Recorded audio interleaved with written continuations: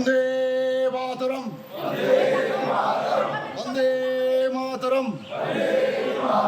वंदे मातरम भारत माता की भारत माता की भारत माता की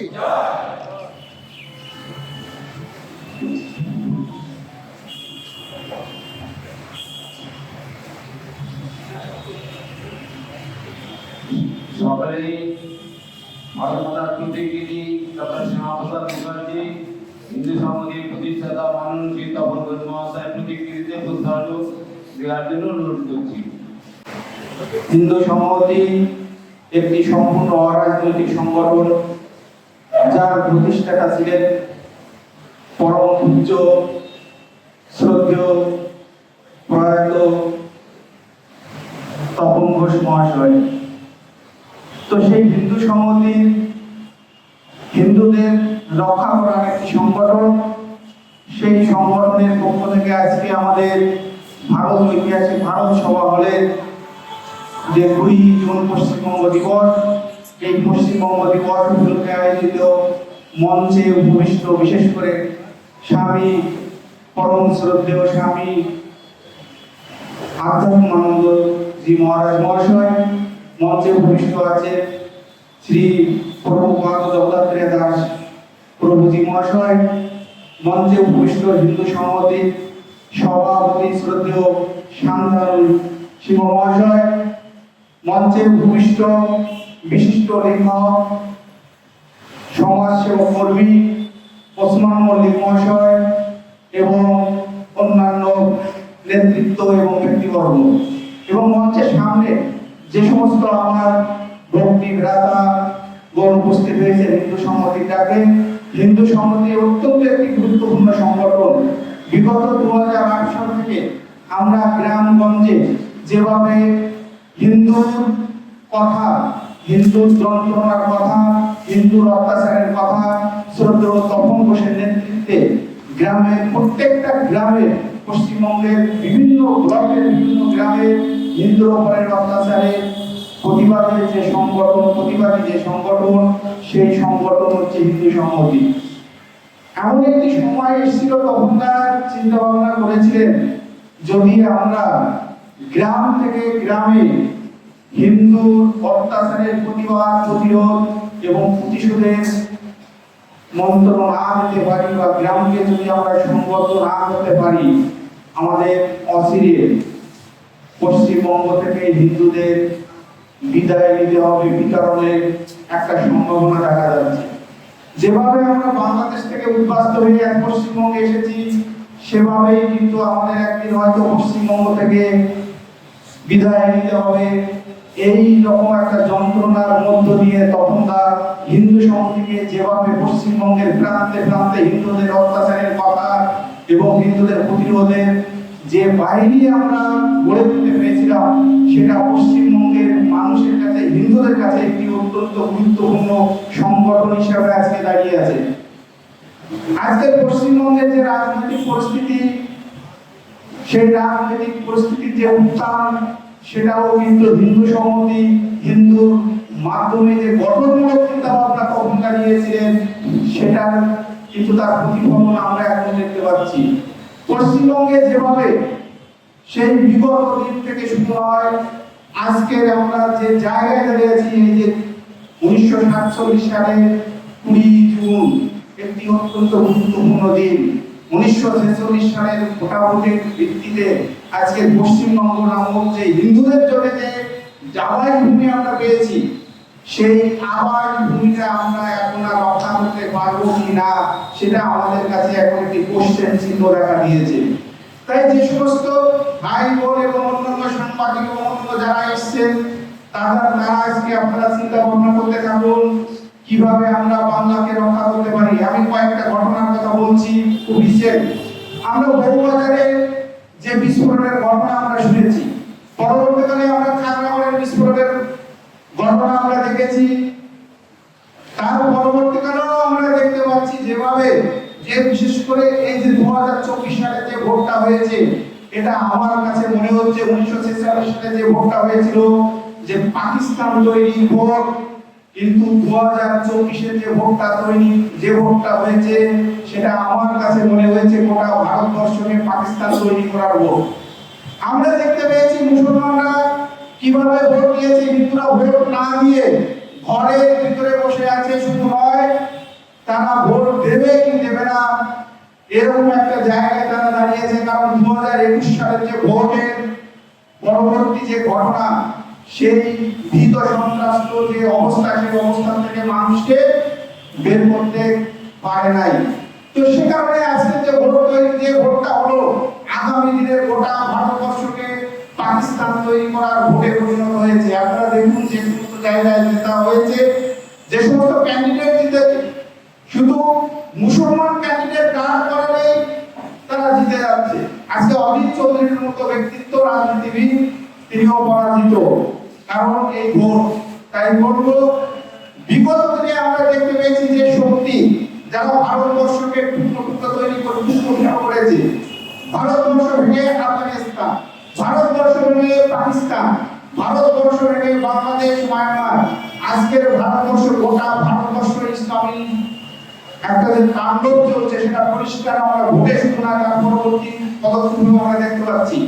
আমরা ইদানিং কয়েকটি পোস্টারও দেখতে পাচ্ছি যে কলকাতার যে পথ নির্দেশ যে সমস্ত পোস্টার তৈরি হয় সেটা উর্দু ভাষায় লিখিত হচ্ছে, বাংলা ভাষায় থাকলেও ভালো, না থাকলেও ভালো, বিভিন্ন জায়গায় উর্দু ভাষায় অলরেডি সেই পোস্টারগুলো লেখা হচ্ছে, পথ নির্দেশের পোস্টার উর্দু ভাষাতে, এবং তার কালারটা হচ্ছে সবুজ, তার কালারটা পরিষ্কার সবুজ করে দিচ্ছে। তো এরকম পরিস্থিতিতে আমরা কি করতে পারি? আমাদের মধ্যে উপস্থিত আছে স্বামীজিরা, উপস্থিত আছে বিদগ্ধ পণ্ডিত এবং ব্যক্তিত্বরা, আপনারা সকলেই উপস্থিত আছেন। এই যে শক্তিকে পরিচয়স্ত করতে গেলে আমরা দেখেছি, দেখুন বাংলাদেশের মতো জায়গায় আমরা কি দেখতে পাচ্ছি, জামায়াত ইসলাম, বাংলাদেশে দেখতে পাচ্ছি আমরা বিএনপি, হেফাজতে ইসলাম, তারপরে এই যে সংগঠনগুলো পুরোপুরি উগ্রপন্থী সংগঠন, তারা পশ্চিমবঙ্গে আজকে তারা ঘাঁটি কাটছে শুধু নয়, বিভিন্ন জায়গায় বিস্ফোরণ ঘটাচ্ছে শুধু নয়, আমাদের এখানকার আমরা দেখতে পাচ্ছি বাগুলিয়ার মতো জায়গা থেকে মেয়েকে তুলে নিয়ে তারা উগ্রপন্থী তৈরি করছে, মহিলা উগ্রপন্থীদের তারা এখান থেকে টার্গেট করছে, এবং সেটা আমরা বাগুলিয়া থেকে দেখতে পাচ্ছি। তো সে কারণেই বলতে চাই, আজকে আপনারা যারা উপস্থিত হয়েছেন, যে কারণে পশ্চিমবঙ্গ তৈরি হয়েছিল, যে কারণে আমরা পশ্চিমবঙ্গ দিবস পালন করছি, যে কারণে আমরা হিন্দুস্তান বলতে ভয় পাচ্ছি, সেই শক্তি আজকে আমাদের ঘাড়ে নিঃশ্বাস ফেলছে। আপনি যদি মুর্শিদাবাদে যান, দেখবেন এই ভোটের কয়েকদিন আগে মুর্শিদাবাদে বেলডাঙ্গা থেকে শুরু করে আজাদনগর পর্যন্ত মুসলিমরা যে জেহাদের তাণ্ডব চালিয়েছে, আপনি যদি কখনো যান তাহলে বুঝতে পারবেন, যদি না যান তাহলে বুঝতে পারবেন না। এখনো পর্যন্ত তার চিহ্ন আছে। সমস্ত বিজেপি পার্টি অফিসের থেকে শুরু করে হিন্দুদের ঘর বাড়ি ভাঙচুর, দোকানপাট লুট থেকে শুরু করে কোনোটাই তারা বাদ রাখে নাই। অতএব আমাদের ক্ষমতা বা শক্তি আমরা হারাচ্ছি। কেন হারাচ্ছি? দুটো কারণ, দুটো কারণে আমরা হারাচ্ছি। আমরা বিশেষ করে অপদার্থ, অদক্ষ নেতৃত্ব, রাজনৈতিক নেতৃত্বের উপরে বেশি রকম বিশ্বাস করে আমাদের সর্বনাশ ডেকে আছি। আমাদের যে রাজনৈতিক ব্যক্তিত্ব, তারা কোনোদিন এই সমস্ত যারা অত্যাচারিত হয় তাদের পাশে যায় না। যে কাজটা তখন করতেন, তখন ছিল কর্মীদের প্রাণ, অর্থাৎ একটা কর্মীকে কি করে বুকে আঁকড়ে ধরতে হয়, তখন তার কাছ থেকে আমরা কিছু শিখেছি। যে তখন কারো কোনো সমস্যা হলে রাত নেই, দুপুর নেই, তো দিনকে রাত তার বাড়িতে ছুটে যেতে নেই, হচ্ছে তখন বল। তো মানে তখন বসে কথা বলে শেষ করা যাবে না। তাই বলতে চাই, যে সমস্ত অদূরদর্শী, অপদার্থ রাজনৈতিক নেতৃত্ব তাদের আশ্বাস দিচ্ছে, টাকা লুট করছে, সেন্টার থেকে টাকা আসে, তারা লুট করে, কিন্তু কর্মীর পাশে দাঁড়ায় না, কর্মী মার খেলে তার পাশে যায় না, কেস কামারি হলে তাদের পাশে থাকে না, তাদের আশ্বাস পর্যন্ত দেয় না। এহেন নেতৃত্ব থেকে আমাদের হিন্দুদের দূরে থাকতে হবে। দেখুন, হিন্দুরা বিগত দিনে যে লড়াই করেছে, সমস্ত রাজরাজারা থেকে অপশক্তির বিরুদ্ধে যে লড়াই করেছে, সে যেহেতু তার রাজ শক্তি ছিল বলে সে লড়াই করতে পেরেছে। আমাদের এখনই রাজ শক্তি দখল করতে হবে, যেটা মুসলমানরা ছলে বলে কৌশলে দখল করে চলেছে। তাই টিএমসি পতাকা জড়িয়ে আজকে সমস্ত হিন্দু পাড়ায় গ্রামে মা বোনের উপরে অত্যাচার করছে। গ্রাম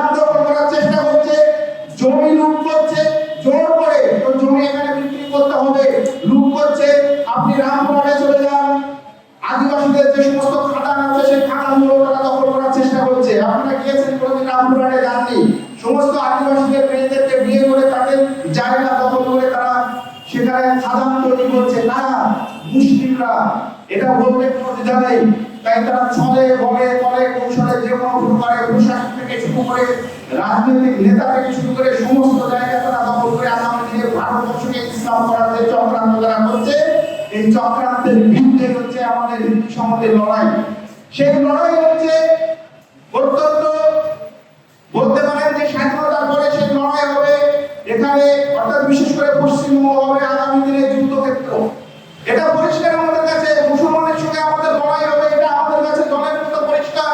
কিন্তু অত্যন্ত দুর্ভাগ্য যে সমস্ত নেতৃত্ব শিক্ষিত সমাজ আজকে পুরোপুরি চুপ করে বসে আছে। তারা লড়াই দিচ্ছে সাঁওতাল, বাগদি, মুচি, ডোম, কাওড়া, কুন্ডপুত্র, নমশূদ্র, তাদের পাশে এরা থাকছে না। এটাই হচ্ছে আমাদের দুঃখ এবং আক্ষেপ।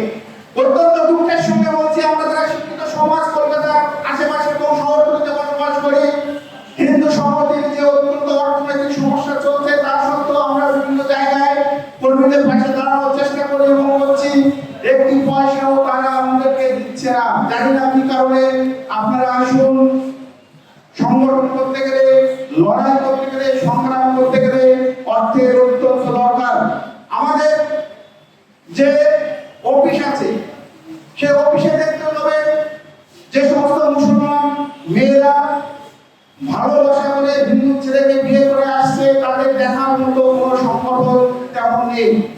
এই সমস্ত মেয়েদেরকে আমরা রাখি, তাদের জন্য প্রত্যেক মাসে একটি বিরাট খরচ হয়। কিন্তু আমরা আবেদন করি, সরকার আবেদন করেছেন যে আমাদের অ্যাকাউন্টে অন্তত আপনারা 5 টাকা, 10 টাকা, 20 টাকা, 100 টাকা করে দিন। আমরা চেষ্টা করছি কি করে রক্ষা করা যায়, কিন্তু সেই আমরা কি বলবো সেই আশা আমরা আপনাদের কাছ থেকে পাইনি। তাই অত্যন্ত দুঃখের সঙ্গে বলছি, আমরা যারা লড়াই করার চেষ্টা করছি এবং আগামী দিনে আমাদের রাষ্ট্রপতির জন্য প্রয়োজন হলে পশ্চিমবঙ্গ কেন্দ্রিক একটি রাজনৈতিক হিন্দুত্ববাদী রাজনৈতিক দলের প্রয়োজন আছে। কারণ আগামী দিনে পশ্চিমবঙ্গের বিজেপি যে ধোঁকা দিয়েছে হিন্দুদের জন্য, যে ধোঁকা, সেই ধোঁকা আগামী দিনে তারা সেরে উঠতে পারবে কিনা জানি না। বিজেপিকে আর হিন্দুরা কতটা বিশ্বাস করবে সেটা জানি না। হিন্দুরা চাইছে বিজেপিকে ভোট দিতে চাইছে, কিন্তু বিজেপি কোন নেতৃত্ব হিন্দুর ভোট নিয়ে হিন্দুর কাজ করার মতো সেই ক্ষমতা পশ্চিমবঙ্গের নেতৃত্ব আছে কিনা আমরা সন্দেহান। সেই জন্য বলবো আপনাদের সহযোগিতা নিয়ে আগামী দিনে পশ্চিমবঙ্গ কেন্দ্রিক একটি রাজনৈতিক প্ল্যাটফর্ম তৈরি করতে হবে। আমরা শুধু দিল্লির দিকে তাকিয়ে থাকবো না, ওরা কখন একটি রুটি দেবে সেই রুটির দিকে তাকিয়ে থাকলে পশ্চিমবঙ্গ আস্তে আস্তে ইসলামাইজ হয়ে যাবে। আগামী 10টি বছরের মধ্যে যেভাবে জনসংখ্যা মুসলমানদের বাড়ছে, তাতে গণতান্ত্রিক পদ্ধতিতে দখল করে নিয়ে হিন্দুদের এখানে জিহাদিরা কচুকাটা করবে, এটা আমরা নিশ্চিত। সে কারণে আজকের এই মিটিং। তাই বলবো, আমি আর বিশেষ কিছু বলতে চাই না, কিন্তু আজকে আপনি দেখুন ইসরায়েলের কথা একটু চিন্তা করুন। ইসরায়েলের যেভাবে এই হামাস একটি টোটালটাই উগ্রপন্থী সংগঠন, মানবতা বিরোধী সংগঠন, আজকে হুতি টোটালি একটা হচ্ছে উগ্রপন্থী সংগঠন, মানবতা বিরোধী সংগঠন, হিজবুল্লাহ টোটালি একটি মানবতা বিরোধী উগ্রপন্থী সংগঠন। সেই সংগঠনের বিরুদ্ধে একা ইসরায়েল কিভাবে মাথা তুলে সারা পৃথিবীতে লড়াই করছে, এটা আপনার আমার স্পিরিট যাবে না। তবুরা সেই সময় বলেছিলেন যে আমরা ইসরায়েলের পক্ষে, অর্থাৎ 2014 সাল খুব সম্ভবত আমার মনে পড়ছে, যেখানে মাননীয় প্রধানমন্ত্রী নরেন্দ্র মোদীজি সেই সময় কিন্তু ইউএনএতে ইসরায়েলের বিপক্ষে একটা ভোট দিয়েছিলেন, কিন্তু সেই সময় তবুরা বলেছিলেন না আমরা ইসরায়েলের পক্ষে। তাই বলবো এই দূরদর্শী কখনটাকে আমরা হারিয়ে আজকে প্রায় আমরা অভিভাবকহীন। সেই জন্য আমাদের মধ্যে স্বামীজিরা আছেন, আমাদের মধ্যে আপনারা আছেন, সেই আপনাদের বলে বলিয়া হয়ে আমরা আগামী দিনে এই জিহাদের বিরুদ্ধে লড়াই করতে চাই। আপনারা আমাদের আশীর্বাদ করবেন, আপনারা আমাদের অর্থ দিয়ে সহযোগিতা করবেন। আমাদের বাচ্চাগুলোকে যারা লড়াই দিচ্ছে গ্রামে, অন্তত দয়া করে আপনার বাড়িতে 1 রাত 2 রাত তাদের থাকতে দেবেন। যখন মুসলমানের সঙ্গে লড়াই হয় তাদের অপকর্মে কেউ আমাদের ছেলেগুলোকে রাখতে চায় না, কারণ কি জানি না। তাই বলবো আপনারা আমাদের পাশে থাকুন, আগামী দিনে পশ্চিমবঙ্গের চিন্তা ভাবনা করুন।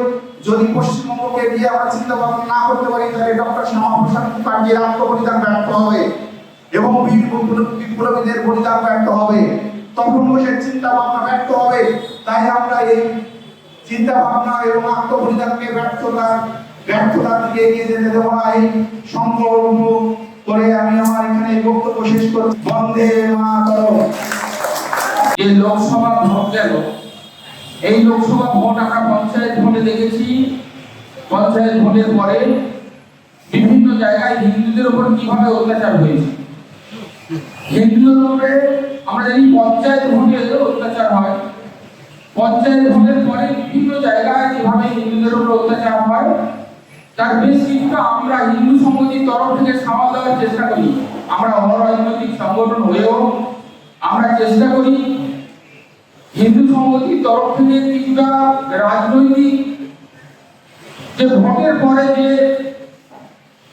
যে মানে অত্যাচারগুলো চলে বিভিন্ন জায়গায়, সেই অত্যাচার সামলাতে হিন্দু সমিতির অনেক সময় প্রয়োজন হয় এবং আমরা দেখেছি সেরকম মানে কিভাবে হিন্দুদেরকে রক্ষা করতে হয় এবং হিন্দুদের কিভাবে তাদের ঘর বাড়ি ভাঙা, লুটপাট করা, মায়েদেরকে মারধর বিভিন্ন জায়গায়। আমরা পঞ্চায়েত ভোট থেকে আমরা দেখেছি পঞ্চায়েত ভোট এগুলো হয়, কিন্তু লোকসভা ভোটের পরে এবারে যে লোকসভা ভোট হলো, বাসন্তী, গোসবা, সন্দেশখালী, কুলতলি থানা, জয়নগর এবং ক্যানিং 1, 2 বিভিন্ন জায়গায় হিন্দুদের উপরে বিভিন্নভাবে অত্যাচার হয়েছে। কারো দোকান বন্ধ করা হয়েছে, কারো রাস্তায় ধরে মারধর করা হয়েছে, মানে বিভিন্নভাবে তাদেরকে অত্যাচার হয়েছে। আমরা এসপিকে,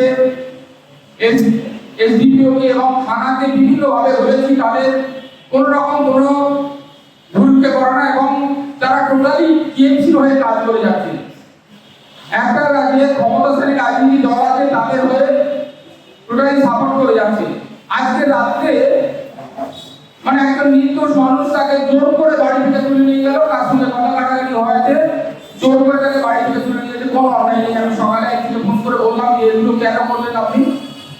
একটা সামান্য বিষয় নিয়ে তাকে বাড়ি থেকে তুলে নিয়ে গেছে। একজন প্রভাবশালী মানুষ, তার সঙ্গে কোনো অশান্তি গন্ডগোল কিছু নেই, শুধু অশান্তি হচ্ছিল, সেখানে দাঁড়িয়ে টুকটাক একটু কথা বলেছে, ব্যাস তাকে রাত্রে পুলিশ নিয়ে চলে যায়। আমি সেই অফিসারের সঙ্গে রাত্রে ফোনে কথা বললাম যে আপনি কেন একজন ভালো মানুষকে তুলে নিয়ে যাচ্ছেন? বলে বড়বাবু আদেশ দিয়েছে ওকে তুলে নিয়ে যেতে হবে। ঠিক আছে, তুলে নিয়ে যান। সবাই আমি বললাম যে বাড়ির লোক কান্নাকাটি করছে, আপনি ছেড়ে দিন। বলছে আমি সারা জেগেছিলাম, আমি ঘুমিয়ে উঠি তারপর বলবো।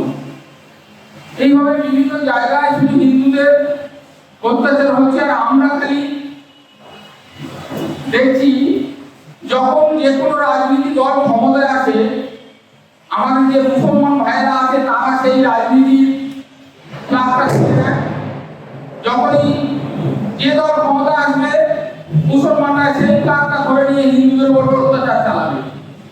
যখন সিপিএম ছিল তখন মুসলমানরা সিপিএমের ক্লাব ধরে হিন্দুদের উপর অত্যাচার করেছে। এখন টিএমসি এসছে, টিএমসি ক্লাব ধরে হিন্দুদের উপর অত্যাচার করছে।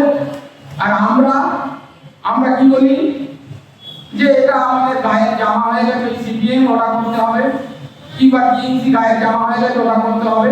আর মুসলমানরা তাদের ধর্মের কাজটা আস্তে আস্তে করে আগিয়ে নিচ্ছে। তো আমরা বলছি যেভাবে হিন্দুদের উপর অত্যাচার হচ্ছে, আমরা বলবো ভাই সারা পশ্চিমবঙ্গের দায়িত্ব হিন্দু সংগতির উপর দেওয়া হোক। হিন্দু সংগতি উপরে নাম দিয়ে এই হিন্দুদেরকে রক্ষা করার জন্য পশ্চিমবঙ্গে আর কোনো সংগঠন নেই। পশ্চিমবঙ্গে শুধু সংগঠন থাকতে হয় হিন্দু সংগতি, যে মুখের উপর মুখ দিয়ে লড়াই করতে পারে, সেটা হচ্ছে হিন্দু সংগতি। তাই হিন্দু সংগতির উপরে সারা পশ্চিমবঙ্গের দায়িত্ব দেওয়া হোক। হিন্দু সংগতি বুঝে দেবে এই হিন্দুদেরকে রক্ষা করতে পারবে কিনা। আজকে আপনি চিন্তা করুন সারা বাসন্তী জুড়ে কিভাবে হিন্দু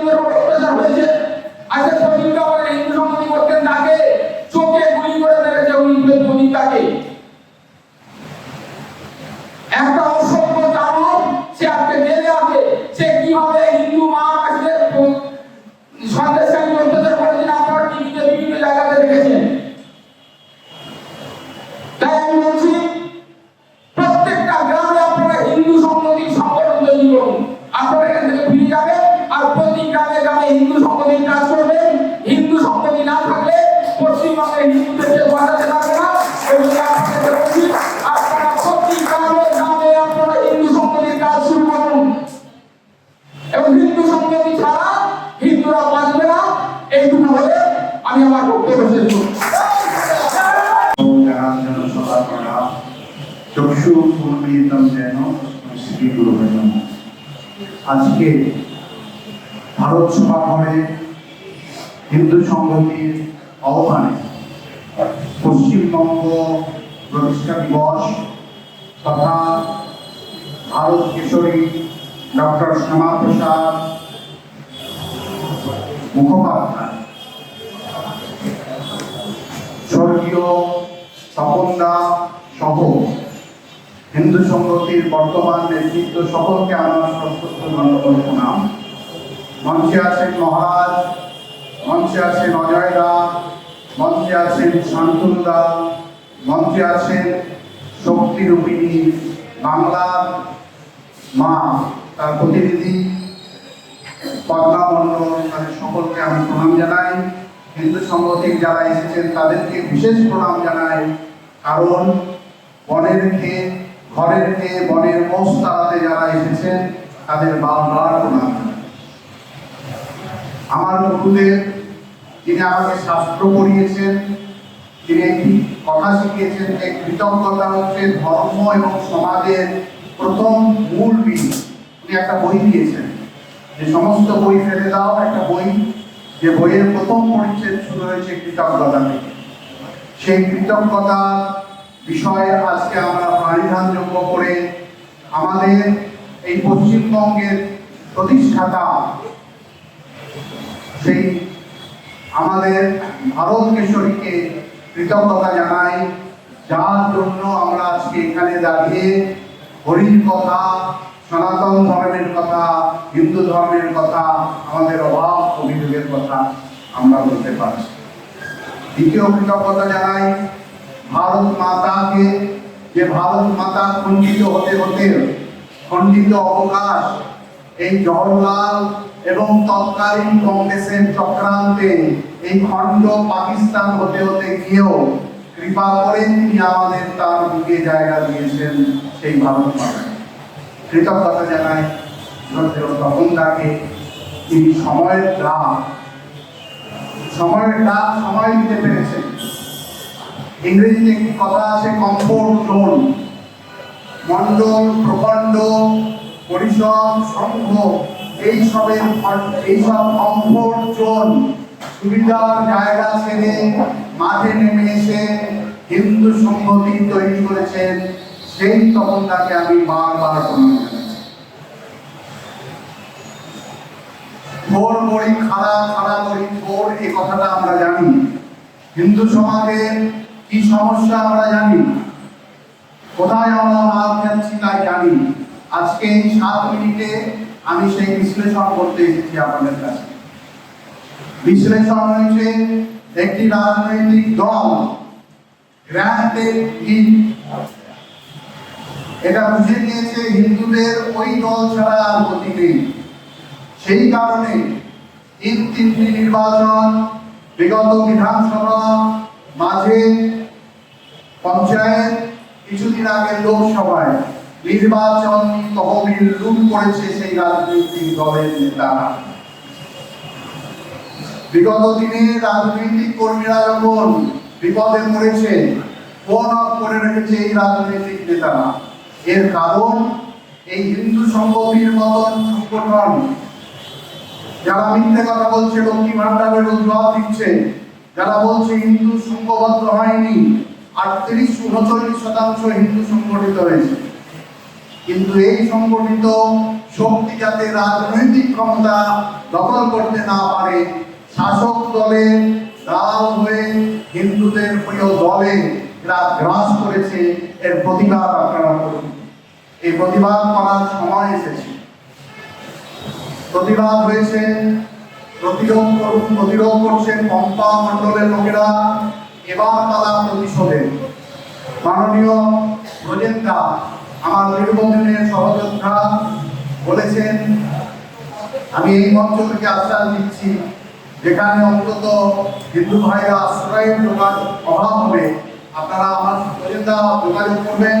হিন্দু ভাইদের আশ্রয় অন্তত 3 মাসের জন্য আমি ব্যক্তিগত উদ্যোগে করতে চাই। আমরা হিন্দুদের একটি ভাব এসেছে, রাজনৈতিক ক্ষমতা দখল করলেই আমরা সমস্ত ক্ষমতা দখল করতে পারবো। আমার পূর্ববর্তী বক্তা মৃত্যুঞ্জয় যেটা বললেন যে মুসলমান কিন্তু যখন যে রাজনৈতিক দল ক্ষমতায় থাকে সেই দল করে, কারণ তাদের লক্ষ্য এই হিন্দুস্তানকে গজবে করবে, এই হিন্দুস্তানকে দালাল ও ভারতে পরিণত ইসলামে পরিণত করবে। সেই লক্ষ্যে আপনারা সচেষ্ট হন এবং এই ভণ্ড হিন্দু প্রেমী রাজনৈতিক দলের নেতাদের সমাজ থেকে বিচ্ছিন্ন করুন, একত্র করুন, দরকার হলে হরে কৃষ্ণ, জয় শ্রীরাম। হিন্দু সম্বন্ধে আমাদের দেশে যেটা বলবো সবার আগে যে আমাকে আমার নিজের খুবই মানে গর্বিত মনে হচ্ছে। স্বর্গীয় তপন দা তাই এখন কিন্তু একজন শিষ্য বলা যায়, অধিমণ্ডল যিনি শহীদ হয়েছেন তার সহধর্মী হিসেবে আজকে কাজ করতে পেরে এবং এই মঞ্চে এসে আমার নিজেকে খুব গর্ব অনুভব হচ্ছে। সেই সঙ্গে আমি সর্বপ্রথম জানাবো আমাদের ভারত কেশরী শ্যামাপ্রসাদ মুখার্জি, যার অবদানে আজ আমরা একটু পশ্চিমবঙ্গের মাটিতে মাথা উঁচু করে বাঁচতে পারছি। সেই শ্যামাপ্রসাদ মুখার্জির চরণে আমার সহস্র বিনম্র প্রণাম জানাই এবং আমাদের শ্রদ্ধেয় তপন ঘোষ মহাশয়, যিনি হিন্দু সংগঠিত প্রাণ পুরুষ, সেই দাদাকে সবার আগে প্রণাম জানাই। এবং আমার মধ্যে উপবিষ্ট আছেন আমাদের ভারত সেবা সংঘের মহারাজকে আমি প্রণাম জানাই এবং আমাদের দাদা আছেন শান্তনুদা এবং অনেক গুণী ব্যক্তি আছেন, আমি হয়তো নামের সঙ্গে খুব বেশি পরিচিত নই, সবাইকে প্রণাম জানাচ্ছি। এবং আমার সামনে যারা উপস্থিত আছেন আমার হিন্দু সংগঠিত সমস্ত যোদ্ধা, তাদেরকে আজ আমি জানাই বিনম্র চিত্রে প্রণাম এবং জাতীয়তাবাদী বৈরী অভিনন্দন। আজকে যেটা সবার আগেই বলবো, আমার পূর্ববর্তী বক্তারা অনেকেই বলেছেন, কিন্তু আমি যেগুলো বলতে চাই সেটা হলো আজ আমরা পশ্চিমবঙ্গের মাটিতে যে পশ্চিমবঙ্গ আমাদের বাঙালি হিন্দুদের জন্য শ্যামাপ্রসাদ মুখার্জি লড়াই করে ওই পূর্ব পাকিস্তান থেকে ছিনিয়ে নিয়ে এসেছিল, এটাই পশ্চিমবঙ্গ সৃষ্টি করেছিল। সেই পশ্চিমবঙ্গে দাঁড়িয়ে আজ আমরা পশ্চিমবঙ্গের হিন্দুরা আজ নির্ভয়ে নেই কেন? আজ আমাদের ভারত সেবা সংঘ, আজ রামকৃষ্ণ মিশন, ইস্কনের মন্দির, আজকে যেন আমাদের মহারাজদের আশ্রমে ঢুকতে গেলে পুলিশ প্রোটেকশন লাগে। আপনারা সবাই দেখেছেন কয়েকদিন আগের ঘটনা। এবং আমাদের কার্তিক মহারাজকে যেভাবে অপমান হতে দেখেছি, সেই অপমান দেখে আমাদের নিজেদেরই মাথা নিচু হয়ে যায়। সেই সঙ্গে সঙ্গে বলবো, আপনারা কিছুদিন আগে মিডিয়ার মাধ্যমে দেখেছেন একজন মুসলিম তৃণমূলের বেশ একটু পদস্থ কার্যকর্তা, যিনি বলেছেন 70% হিন্দু আর 30% মুসলিম, তবুও তারা নাকি আমাদের হিন্দুদের কেটে কেটে গঙ্গার জলে ভাসিয়ে দেবে বলেছেন। তাহলে কেন আমরা হিন্দু সংগঠন চুপ করে থাকবো? কেন আজকে বিশ্ব হিন্দু পরিষদ চুপ করে থাকবে? কেন একটা বারের জন্য কাউকে আমি প্রতিবাদ করতে দেখিনি, কোথাও একটা অপরাধ হতে দেখিনি? কেন তারা আজকে বললো? কারণ আমাদের সামনের দিনটা সেই দিন হতে চলেছে, তাই তারা পূর্ব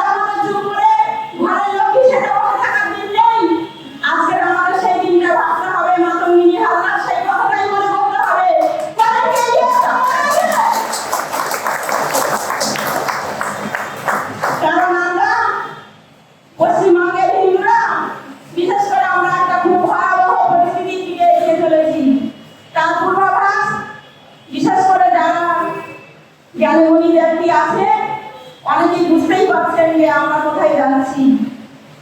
কারণ পশ্চিমবঙ্গের মায়েরা আজকের কেউ নির্ভয়ে নেই, কেউ আজকের বাইরে বেরোতে পারে না। এবং আমার পশ্চিমবঙ্গের মা বোনেদেরকে বলবো, মা কেন আজ আমার হিন্দু মা বোনেরা বারবার ধর্ষিত হচ্ছে, কেন অর্ধন্ত অবস্থায় রাস্তায় পড়ে থাকছে, কেন আমার হিন্দু মা বোনেদের ধর্ষণ করে খণ্ড খণ্ড করে পড়ে দেওয়া হচ্ছে, কেন আধা বেলা করে বডিগুলো রাস্তায় ফেলে দেওয়া হচ্ছে। ওই মায়ের দিকে লক্ষ্য করুন, লক্ষ্য করুন। কারণ রাজনীতি নেতাদের ওই পদাধিকারী অর্থ লালসা, টাকা ইনকাম করা, রোজগারের কাহিনীটা মাথা থেকে নামিয়ে ফেলে দল বল সব কিছু নির্বিশেষে আমাদের হিন্দুদেরকে একতা হতে হবে যদি পশ্চিমবঙ্গে আমরা থাকতে চাই। না হলে আমাদের বাংলাদেশের রিফিউজি যেমন আমরা করি, ঠিক আমাদেরকেও পশ্চিমবঙ্গে একদিন রিফিউজি নামটা নিতে হবে।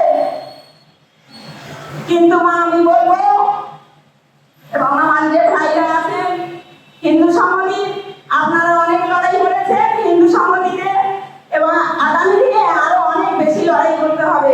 কারণ না হলে আমাদের এই ভবিষ্যৎ প্রজন্ম এরা মাথা উঁচু করে এই পশ্চিমবঙ্গে বসবাস করতে পারবে না। এবং সবার যেটা বলার ছিল, আর সন্দেশখালীর ঘটনা তো আপনারা সবাই দেখেছেন। এই মুসলিমরা এরা সিপিএম আসলে সিপিএম এর নামাজা পড়ে নিয়ে সিপিএম এর গুন্ডা হয়ে যায়, সিপিএম এর বড় বড় নেতা হয়ে যায়। কিন্তু আমার হিন্দুদের দেখতে পাওয়া যায় না।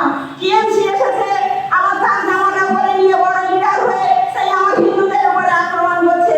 2024-এর এই লোকসভা ভোটের পরে আমার মায়ের বাড়ি অন্ডু সন্দেশখালী সমস্ত অঞ্চলগুলোতে টিএমসি বিজেপি কিছুই বাঁচেনি। দেখেছে হিন্দু দোকান তো তালা লাগিয়ে দিয়েছে, দেখেছে হিন্দু টোটো চালক তার টোটোটা বন্ধ করে দিয়েছে, দেখেছে কারো ভ্যান আছে হিন্দু ভাইয়ের তার ভ্যানটা বন্ধ করেছে। কারণটা কি? ভাইজানের কাছে যাও, ভাইজান তো জেলে আছে, তার যে মেয়ে ছোট ভাইজান আছে সেই ভাইজানগুলোর পায়ে ধরো, তবে রোডে বেরোতে পারবে। কেন এই দিনটা আমাদের দেখতে হয়? কারণ আমরা ঐক্যবদ্ধ নই, সেই কারণেই আমাদেরকে এই দিনটা দেখতে হয়। তাই আমি আজ এই মঞ্চ থেকে একটাই বার্তা দেব, আমাদেরকে ঐক্যবদ্ধ হতে হবে, একজোট হতে হবে, এই সন্ত্রাসবাদীদেরকে রুখতে হবে। না হলে আমরা পশ্চিমবঙ্গে থাকতে পারবো না এবং আমাদের ভবিষ্যৎ প্রজন্ম অন্ধকারে হারিয়ে যাবে। ভারত মাতা কি জয় শ্রীরাম। আলোচনা করছি, এই ড্রাফটটা যিনি তৈরি করেছেন এবং বারবার দিল্লিতে গিয়ে বুঝিয়েছেন কেন এক দেশে এক আইন হওয়া উচিত, ওসমান মল্লিকদা তার অগ্রগণ্য তার এবার দুটো বই বেরিয়েছে। সেই বইগুলো হচ্ছে মুসলমান সমাজের সংস্কার কীভাবে করতে হয় কথা চাই, তাহলে ভারতবর্ষ বাঁচবে না। ওসমানদা আমাদের কাছে একটা আদর্শ, যে কারণে ওসমানদাকে মুসলিম সমাজ তাদের মুসলমান মনে করেন না, কিন্তু এক অদ্ভুত মানুষ, এক অদ্ভুতভাবে একক শক্তিতে লড়াই চালিয়ে যাচ্ছেন। আমরা প্রত্যেকের মনে উচিত ওসমানদার যে লড়াই, সেই ওসমানদার লড়াইয়ের সাথে তার পাশে থেকে তাকে অনুপ্রেরণা দেওয়া, তাকে সাহায্য করা। ওসমানদা যে বলবেন আমরা শুনবো। আবার বলছি, ওসমানদা এক নতুন ইতিহাস তৈরি করেছেন এবং আরো তৈরি করবেন।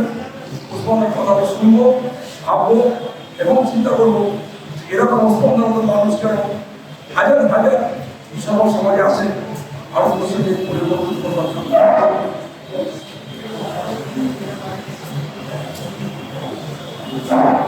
নমস্কার, মঞ্চে উপবিষ্ট আজকের অনুষ্ঠানের সভাপতি এবং সমিতির সভাপতি শান্তনুদা এবং ভারত সেবা সংঘের মহারাজ শান্ত আচার্যজি, মঞ্চে আরও অনেক গুরুজন আছেন, তাদের সবাইকে শ্রদ্ধা জানাচ্ছি এবং আমার সামনে যে সমস্ত মুখ্যমন্ত্রী আছেন তাদের সবাইকে নমস্কার জানিয়ে আমি ইতিহাসের প্রেক্ষাপটে বর্ণনা করি।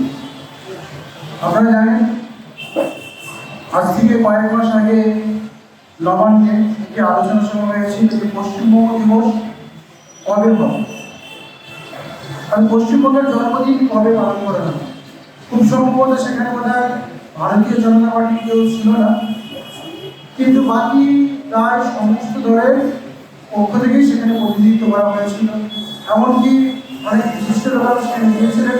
হিন্দু মহাসভাকে কেউ গিয়েছিল, আমি গিয়েছি, রামপুরে কিছু প্রত্যেকে গিয়েছিল। সেখানে সবাই একবারকে স্বীকার করে নিয়েছে যে হ্যাঁ, পয়লা বৈশাখকে পশ্চিমবঙ্গের জন্মদিবস হিসাবে পালন করা হবে। এখানে আমি একটা বিরমভাবে একটা কথা বলতে চাই যে যারা ইতিহাসের ছাত্র আমরা বা যারা আমরা সামাজিক মানুষ, আমরা কি কোনো জন্মদিন চেঞ্জ করতে পারি? আমার জন্মদিন 10ই জানুয়ারি।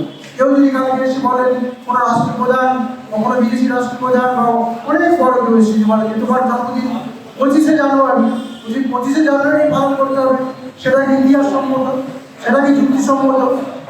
কিন্তু দুঃখের বিষয় সেদিনে যে সবাই একজনের কারোর হিম্মত চলে কথা বলা যে আমরা কারোর জন্মদিনকে চেঞ্জ করতে পারি না।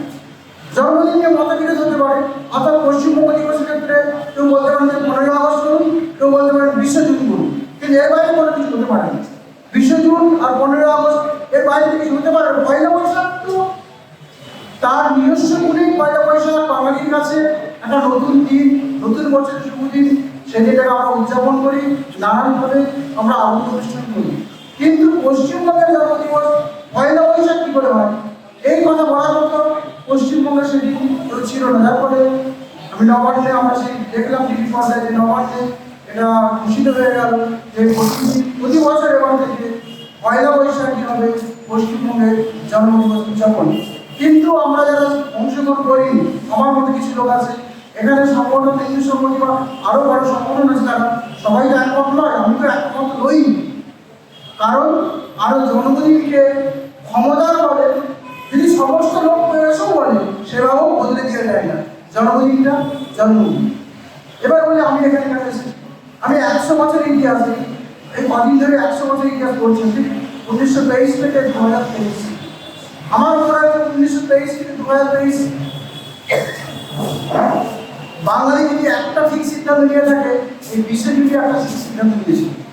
এই 100 বছরের ইতিহাসে কেন ঠিক সিদ্ধান্ত নিয়েছিল যে বাঙালি ভেবেছিল সেখানে কমিউনিস্ট, হিন্দু মহাসভা, কংগ্রেস সবাই একত্রে মিলে বলেছিল যে যেটা ঠিক তার পক্ষে থাকতে হবে, অর্থাৎ যেটা ন্যায়সঙ্গত, যেখানে মানুষের বাঙালির ভালো হবে তার পক্ষে থাকতে হবে। তারপরে বিশ্বের জুড়ে একটা প্ল্যাটফর্ম এসেছিল হিন্দু মহাসভা, কংগ্রেস এবং কমিউনিস্ট। এবং বিশ্বের জুড়ে পশ্চিমবঙ্গ প্রাদেশিক বিধানসভায় যে ভোটাভুটি হয়েছিল, জ্যোতি বসুও ভোট দিলেন দিকে, শ্যামা বসু মুখার্জিও সেদিকে ভোট দিলেন, কংগ্রেস কিরণ শঙ্কর রায় এবং কংগ্রেসের সমস্ত সদস্যরাও সেদিকে ভোট দিলেন। এই ঘটনাটা কেন বললাম, এই ঘটনাটা কেন বললাম যে পশ্চিমবঙ্গের পরিস্থিতি এখন সেদিকেই যাচ্ছে, সেদিকেই যাচ্ছে। আমাদের একটা ব্যাপক ঐক্যমত্য দরকার।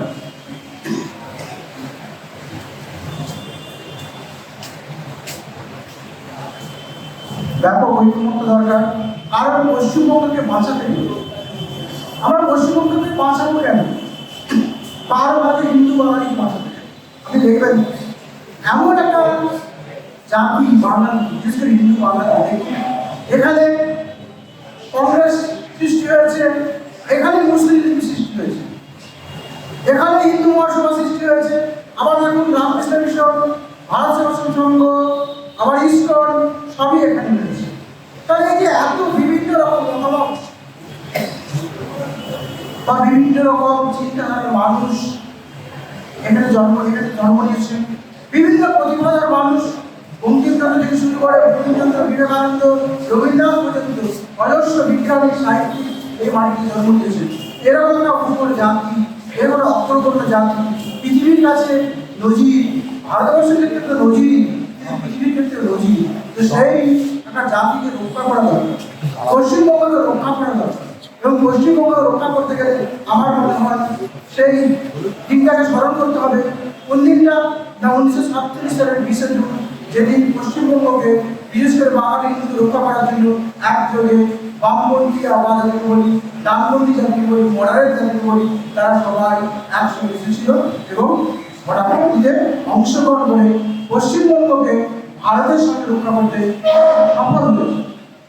ঘটনাটা একটু বলি, আপনারা জানেন ঘটনাটা একটু আগের ঘটনা। কেন বললাম 1923 থেকে 2024 আমরা আজকে এখানে তৃণমূলের অনেক অনেক সমালোচনা করতেই পারি, করার অনেক যথেষ্ট কারণ আছে। কিন্তু 1923 সালে ঘটনা হয়েছিল, সেখানে হচ্ছে বেঙ্গল ব্যাংক। কি সেই বেঙ্গল ব্যাংক, আমি কতগুলো কে করেছিল বড়গুলো আমি বলেছি, কতগুলো তার ক্লজ বলে দিয়েছি। বেঙ্গল ব্যাংককে বলা হলো 1 নম্বর ধারায় যে হিন্দু মুসলিম একত্রে কাজ করবে, এই শর্ত। শর্তগুলো কি কি? 1 নম্বর শর্ত বলা হলো সমস্ত সরকারি চাকরিতে মুসলমানদের জন্য 80% সংরক্ষণ থাকবে। কতদিন পর্যন্ত থাকবে? যতদিন পর্যন্ত না তারা 55% চাকরির অধিকারী হয়। তাহলে কি হলো? 1 নম্বর কথা কি বললাম, যে মুসলিমদের জন্য 80% সরকারি চাকরিতে সংরক্ষণ করা হলো, আর প্রাদেশিক আইনসভায় 60% সংরক্ষণ করা হলো। তৃতীয়টা কি হলো? কোনো মুসলিম মসজিদের সামনে গিয়ে বাদ্যযন্ত্র বাজানো যাবে না। এটা 1923 সালে বেঙ্গল ব্যাংক কে করেছিল? ক্ষমতা করেছিল বেছে নিন। কে করেছেন? বললেন চিত্তরঞ্জন দাস। আমি বলছি ইতিহাসটা শুরু হয়েছে সেখানে। এই চিত্তরঞ্জন দাস করলেন, এই বেঙ্গল ব্যাংক করলেন। এই বেঙ্গল ব্যাংকের বিরুদ্ধে তখন সবচেয়ে বেশি সোচ্চার হয়েছিল বিপিনচন্দ্র পাল, সুরেন্দ্রনাথ ব্যানার্জি, এরা সবাই বলেছেন এটা একটা মারাত্মক রকম অ্যাপিজমেন্টের একটা সুদূর প্রচারী প্রভাব পড়বে। সত্যিকারের সেই অ্যাপিজমেন্টের একটা সুদূর প্রচারী প্রভাব পড়েছে। এতটাই করে ব্যাপারটা নাটক ছিল যে জাতীয় কংগ্রেস পর্যন্ত এটাকে মেনে নেয়নি, এবং গোয়া কংগ্রেসে যখন দেশবন্ধু চিত্তরঞ্জন দাস তার এই সমস্ত কথাগুলো বললেন, সেটা গোয়া কংগ্রেস নাকচ করল এবং চিত্তরঞ্জন দাস পদত্যাগ করে বেরিয়ে এলেন, এসে স্বরাজ পার্টি করলেন। এটা ছিল 1923 সালের ঘটনা। এবার 2023 বা 22 সালে দেখুন, আপনারা কিন্তু অবাক হয়ে যাবেন। আপনি খুব ইতিহাস সৃষ্টিভাবে দেখি, একজন মুসলিমও কিন্তু দাবি করেন যে ইমাম ভাতা দিতে হবে। কোথাও আপনারা প্রশ্ন দেখতে পাবেন না, কোনো একটা মিছিলও দেখতে পাবেন না, কিন্তু হঠাৎ করে আমাদের মাননীয় মুখ্যমন্ত্রী ঘোষণা করেছেন যে ইমামদেরকে ভাতা দিয়ে হবে। আমি যে ভাতা পান তার বিরুদ্ধে নই। কিন্তু এবারে ইলেকশনে একটা জিনিস আমি দেখেছি, আপনাদের সমালোচনা করে অনেকেই তারা বলছে যে লক্ষ্মী ভান্ডারের কথাটা বিরোধিতা করেছে, যে লক্ষ্মী ভান্ডার দিয়ে নাকি ভোট কেনা হয়ে যাচ্ছে। আমি বিনম্রের সঙ্গে তাদেরকে বলেছি, আপনারা যারা নেতা, যারা এমএলএ, যারা এমপি, আপনারা লক্ষ্মী ভান্ডারের বিরোধিতা কি করে করেন? আপনারা বিশাল বিশাল টাকা বেতন পান, ভাতা পান, গাড়ি পান, এসিতে থাকেন, তাহলে তার সত্ত্বেও আপনারা লক্ষ্মী ভান্ডারের বিরোধিতা কি করে করেন? আপনার বিরোধিতা করা উচিত ছিল ইমাম ভান্ডার। এই কেন ইমামদেরকে ভাতা দেবে? ওই টাকা গরিব মানুষ দেবে না, লক্ষ্মী ভান্ডার টাকা আরো পাওয়া, কিন্তু ইমাম ভাতা বলবো না। কিন্তু আপনি একটা রাজনীতি নেতাকে দেখলাম না এই অবস্থা তুলতে।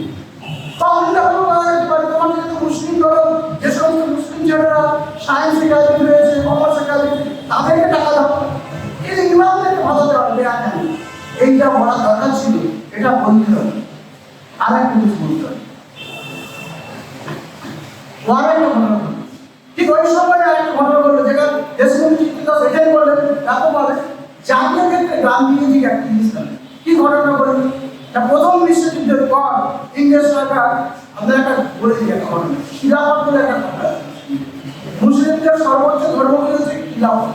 এটা মোহাম্মদের পর থেকে শুরু হয়, অর্থাৎ তিনি একাধারে ধর্মীয় গুরু, তিনি শাসন করবেন, তিনি ধর্মের কথা বলবেন, তিনি রাষ্ট্র শাসনের কথা বলবেন। তো তুরস্কের খিলাফত ছিল মুসলিমদের সর্বশ্রেষ্ঠ ধর্ম। ইংরেজরা যখন তুরস্ক দখল করলো, তখন তারা ওই খিলাফত কথা বাতিল করে দিল। কিন্তু গান্ধীজিও সেরকম একটা সেই সিদ্ধান্ত নিলেন যে মুসলিমদের মন পেতে গেলে তাহলে আমরা যদি সেই খিলাফতের বিরুদ্ধে আন্দোলন করি, অর্থাৎ ওই খিলাফ পরিবারকে ফিরিয়ে আনতে হবে, সেই আন্দোলনটা গোটা ভারতবর্ষ শুরু করলেন এবং তিনি একটা হিন্দু মুসলিম প্যাক্ট করলেন। কি না, খিলাফত আন্দোলন করতে হবে এবং এই খিলাফতের মাধ্যমে তুরস্কের পরিবারকে ফিরিয়ে আনতে হবে, যার সঙ্গে ভারতের স্বাধীনতা সংগ্রামের কোনো যোগ নেই, বিন্দু বিসর্গ পর্যন্ত যোগ নেই। কিন্তু দুঃখের বিষয়, তুরস্কের লোকেরাই পরবর্তীকালে 1-2 বছর পরে 1924-এ আমার রাষ্ট্রপতির নেতৃত্বে সেই খলিফা কোটার অবসান ঘটাবে এবং আপনারা সেখানে স্বাধীন একটা নাস্তিক দেশ বলে সেকুলার স্টেটের জন্ম দিল। তারা দেখেছেন কত বড় ঘটনা হলো এই 1923 সালে পরপর যে দুটো ঘটনা ঘটলো, এটা কিন্তু আমাদের জাতীয় জীবনের ভিত্তিকে নড়িয়ে দিয়েছে। অর্থাৎ আগামী দিনে যে অ্যাপ্লিকেশন পলিসি আসতে চলেছে, মানুষের দর্শনের পলিসি আসতে চলেছে, এই দুটোর ভিত্তি এখানেই, এবং কিছু সর্বোচ্চ ভিত্তিটা কিন্তু পশ্চিমবঙ্গ থেকে গঠন করা হয়েছে। এবং আমি বলতে বিরাজি তিনি হচ্ছেন আমাদের দেশবন্ধু বলে চিত্তরঞ্জন দাস। ইতিহাসের অপরাধ করতে পারবো না, ইতিহাস যেটা বলেছে আমি সেটাই বলতে পারবো। তারপর যখন মুসলিমরা যখন আন্দোলন জায়গায় চলছে, এই সময়তে 1936-37 সালে প্রাদেশিক আইনসভা গঠন হলো। এটা খুব জানা দরকার। প্রাদেশিক আইনসভা তিনটি মূল দল ছিল। একটি ছিল আবুল ফজলের ব্যক্তিগত ক্যারিসমান গড়ে ওঠা কৃষক প্রজা পার্টি। তিনি পূর্ববঙ্গের অত্যাচারিত কৃষকদের নিয়ে দল তৈরি করেছিলেন। সেই দল খুবই শক্তিশালী হয়েছিল এবং বলা যায় তিনি একক প্রচেষ্টায় কৃষক প্রজা পার্টিকে দাঁড় করেছিলেন। আর একটি দল তৈরি ছিল ক্ষমতার জন্য বেরিয়ে হয়েছিল, সেটা হচ্ছে মুসলিম লীগ। আর একটি ছিল কংগ্রেস। যখন প্রাদেশিক আইনসভার মোটামুটি হলো, কোনো দলই ক্ষমতার কাছাকাছি আসতে পারল না। কিন্তু বেশি আসন পাওয়ার সুবাদে ফজলুল হক সরকার গঠনের চেষ্টা করলেন এবং তিনি প্রথম কাজে আক্রোশ করলেন, কংগ্রেসকে করলেন যে আমাকে সমর্থন দাও, তাহলে আমরা কৃষিবিদ্যা দূরে ঠেলে রাখতে পারি। কিন্তু কংগ্রেস লড়াই করতে লাগলো। কংগ্রেস বললো আমাদের আরো চিন্তা ভাবনা করতে। তখন তিনি প্রাদেশিক যে কংগ্রেসের নেতৃত্ব শরৎচন্দ্র বসু বাড়িয়ে গেলেন। কিন্তু এই উল্টো দিকে মুসলিম তাকে জামায়াত করে রাখছে, এখানে এসো এসো চিন্তা বার্তা করাচ্ছেন, যারা মুসলিমদের সাপোর্ট করুন, আপনি সরকার করুন। মুসলিমদের আপনাকে রেড কার্পেট নিয়ে বসে আছে, আপনি আসুন আমরা সরকার করুন, আপনার তো আপনি চলুন। কিন্তু ফজলুল হক প্রথম দিকে কিছুতেই মুসলিম লীগকে রাজি হলেন না। তিনি রাত্রি 9টার সময় শরৎচন্দ্র বসুর বাড়ি গেলেন যে আপনার সঙ্গে আলোচনা করুন। সরকারটি চুরি মারা গেছিল, তার বিপরীতে বিভিন্ন জায়গায় কিছু মুসলিম মারা গেছে, বিশেষ করে বিহার। তারপরে যে ঘটনা ঘটলো 46 সালে নোয়াখালী দুর্গাপুরের দিন একটা ধমকি দেওয়া হয়েছে, কলকাতায় প্রচুর মুসলিমদেরকে মারা হচ্ছে এবং সেখানে আপনার কিছু লোক সেখানকার নেতারা তাহলে কিছু গোলাম সরোয়ার একটা বিশাল গণহত্যা, একটা জেনোসাইড সৃষ্টি করলো, যেটাকে আমরা বলি নোয়াখালী। নোয়াখালী মোটামুটির পর তখন কিন্তু নোয়াখালী যায় মানে ফ্লাইটে করে নেমে দমদম থেকে গাড়ি করে যায়। তখন কিন্তু জওয়াহরলাল নেহরু বা মহাত্মা গান্ধী কেউ কলকাতাতে আসেনি, এসেছিলেন টিপালি। আচ্ছা, যে টিপালি তার স্ত্রী এসেছিলেন, এসে ঘিরে ওখানে দিয়েছিলেন। তারপরে গান্ধী দিয়েছে, এটা একটা ঘটনা। তো গান্ধী তারপরে যার একটা ঘটনা করেছিল, গোটা পৃথিবীর নজরে রয়েছিল, গোটা পৃথিবীর কাছে সেটা খবর হয় যে নোয়াখালী এবং দাম হয়েছে। আর তাই আমি বলেছি কলকাতা যখন মারা হলো, কলকাতা রান্নার জন্য একটা আশ্চর্য ঘটনা শুনলাম। কলকাতা যখন বিশাল ঘটনা হলো, নেহরু বা কংগ্রেস কেমন বড় ভূমিকা নিয়েছিলেন, কে এসেছিলেন জানেন? লর্ড মাউন্টব্যাটেন নিয়ে এসেছিলেন, ভাইসরয় নিয়ে এসেছিলেন এবং দমদম এয়ারপোর্ট থেকে নিয়ে গাড়ি নিয়ে তিনি নিজে সমস্ত জায়গায় ঘুরে দেখেছিলেন, সমস্ত জায়গায় তিনি ঘুরে দেখেছিলেন। তারপর লিখে দিয়ে সমস্ত ধরনের দেখেছিলেন যেটা কি হচ্ছে। কিন্তু কংগ্রেসের তরফ থেকে কেউ আসেনি। এই ঘটনাটা হলো এই কারণে যে যার ফলে যখন হিন্দুদের মন পুরোপুরি বিনষ্ট হয়ে গেল, যা হিন্দু মুসলিম ঐক্যতে দেখিয়েছিলাম শরৎচন্দ্র দেশবন্ধু চিত্তরঞ্জন, সেই পরবর্তীকালে গান্ধী সেই হিন্দু মুসলিম ঐক্য সম্ভব নয়। এবং সেটা শরৎচন্দ্র চট্টোপাধ্যায় বিখ্যাত প্রবন্ধ করে হিন্দু মুসলমান সংস্থা, সেখানেও তিনি বলেছেন যে যে ইউনিটির কথা বলা হচ্ছে অ্যাপ্রিসিয়েট করে সেই ইউনিটি সম্ভব নয়। এবং যার ফলে এর আগে তো পাকিস্তান তার মধ্যেই গেছে, পাকিস্তান ভাগ হবে, মোটামুটি একটা স্থিতি হয়ে গেছে, দেশ ভাগ হবে। তখন প্রশ্ন হলো বাংলা কি হবে? তখন একটা দূর পাইল যে পুরো বাংলাটাই পাকিস্তানের সঙ্গে চলবে। জিন্না ছিলেন এই গ্রুপে, জিন্না বললেন কলকাতা যদি না হয় আমার বাংলা পেয়ে লাভ নেই, সুতরাং পুরো বঙ্গটাই, গোটা বাংলার ইস্ট বেঙ্গল ওয়েস্ট বেঙ্গল পুরোটাই পাকিস্তানে দিতে হবে। আর একটা ধরো সেটা যে শ্যামক বললেন যে যেহেতু ভাগ হচ্ছে তাহলে বাংলাকেও ভাগ করে দিতে হবে, হিন্দু কোরআন থাকবে ভারতবর্ষের সঙ্গে, মুসলিম কোরআন পাকিস্তানের সঙ্গে। এটা ছিল শ্যামক বলে। কিন্তু দেখবেন আর একটা গ্রুপ তৈরি হয়েছে ঠিক দেশবন্ধু যে ভাষ্য সেটা হচ্ছে শরৎচন্দ্র বোস।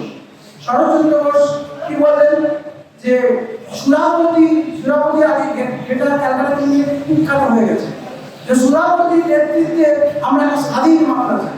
সেই স্বাধীন বাংলা কিরকম হবে? আমার জিন্না বলেন হ্যাঁ ভালো প্রস্তাব, সেটা পাকিস্তানের পরেই হবে এবং পরবর্তীকালে ওদের পক্ষে পাকিস্তানে যোগ দেওয়া অনেক সহজ হবে।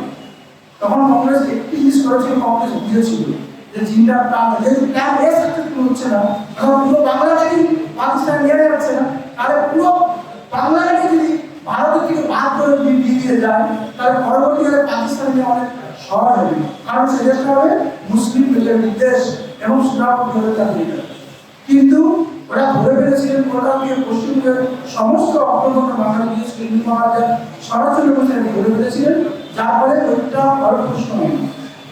কিন্তু যাই হোক, বর্ণনা করেছিলেন আমি বর্ণ প্রাদেশিক আইনসভা সেই বোর্ডের কোনো এক পক্ষ তারা আলাদা স্টেট চাই তারা ভাগ করে এবং সেই বোর্ড হয়েছিল যে পূর্ববঙ্গে যারা চেয়েছিল যে গোটা বাংলাকে পাকিস্তানের সঙ্গে যা তার সেই নিয়ে একটা বোর্ড হলো 107 এবং সামথিং বোর্ডে, সেই বোর্ডে তারা দেখা যায় যে তারা বেশিরভাগ লোক চাইছে মুসলিমরা যে গোটা বাংলাটাই পাকিস্তানের সঙ্গে চলে যায়।